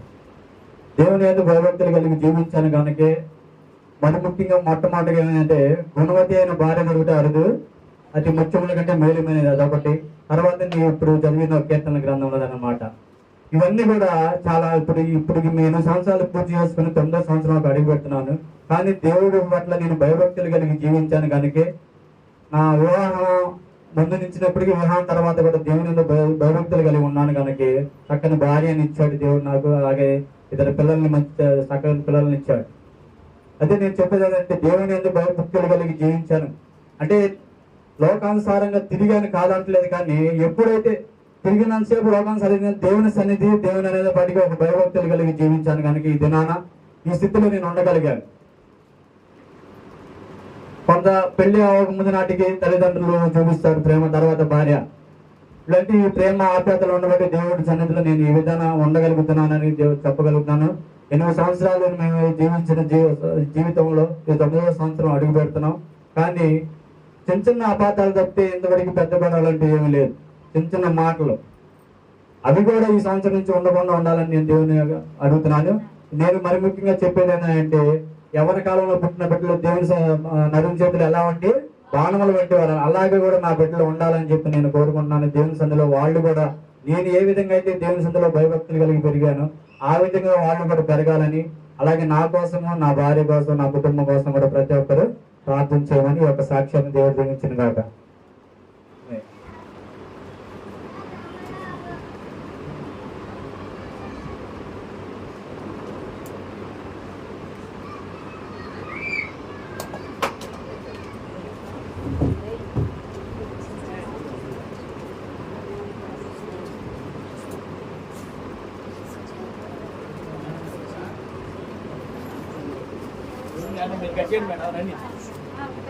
ఫస్ట్ మీరు పెద్దలు మీరు గడిచేయండి, తర్వాత కాదు రండి, ఫస్ట్ మీరు గడిచేయండి మేడం.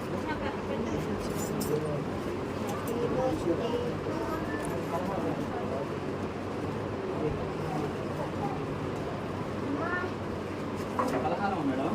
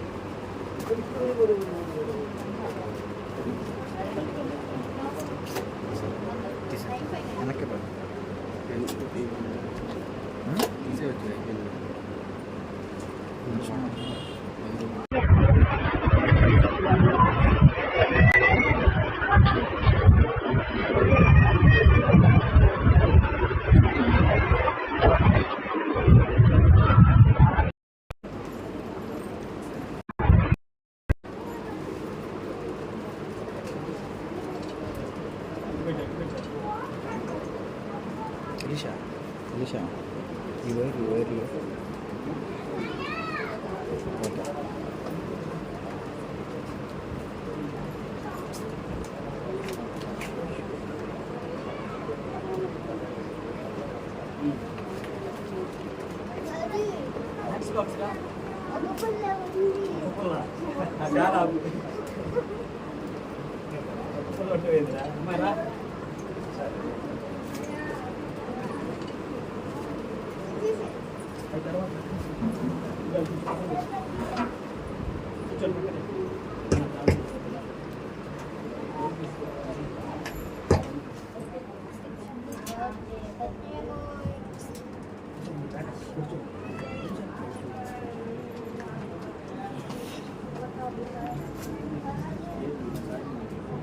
ప్రార్థన చేసుకున్నాం. ప్రేమ కలిగిన మా దేవ, కృప కలిగిన మా తండ్రి, జీవనగారి పాదాలు స్తుతులు స్తోత్రములు దేవా. తండ్రి ఈ సమయంలో తండ్రి అన్నయ్య యొక్క ప్రభా కేక్ కట్ చేయొచ్చు గత సంవత్సరం దేవ తండ్రి వారి పట్ల మీరు చేసినటువంటి మేలులు ఉపకారములు బట్టి మీకు వందనాలు స్తోత్రములు దేవా. ఒక సంవత్సరంలో అడుగు పడుతున్న ప్రభా తండ్రి వారికి వివాహం జరిగిందంటే 8 సంవత్సరం ముగించుకున్నారు. 9వ సంవత్సరంలోకి ప్రభా తండ్రి వారు అడిగి పెట్టుకున్నారు తండ్రి. గత సంవత్సరం కంటే ఈ సంవత్సరం మెండైన దీవెనలు ఆశీర్వాదాలు మీరు అనుగ్రహించారు తండ్రి. మధురమైనటువంటి జీవితాలను వారికి అనుగ్రహించమని ప్రార్థించుకుంటున్నాను దేవా. తండ్రి యొక్క సమయంలో కేక్ కట్ చేసుకుంటూ సంతోషంగా ఇచ్చుకుంటూ సంతోషంగా చేసుకుంటుంటే ప్రభు మీరు తోడుగా ఉండి నడిపించి ప్రభు కార్యక్రమం అంతా జరిగించమని ప్రార్థించుకుంటూ యేసయ్య అతి పరిశుద్ధ నామములో ప్రార్థించి అడిగి పెట్టుకుంటున్నాం తండ్రి. ఆమేన్.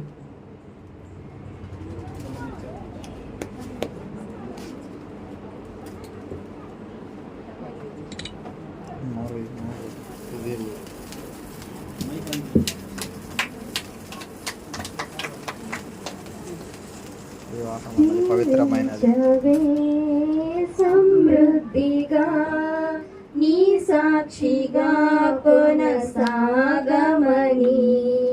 ప్రేమించవే నన్ను ప్రాణంగా నీ కోసమే నన్ను బ్రతకమని దీవించవే సమృద్ధిగా నీ సాక్షిగా కొనసాగమని ప్రేమించవే నన్ను ప్రాణంగా నీ కోసమే నన్ను బ్రతకమని దారులలో ఎడారులలో సెలయేరుమై ప్రవహించుమయా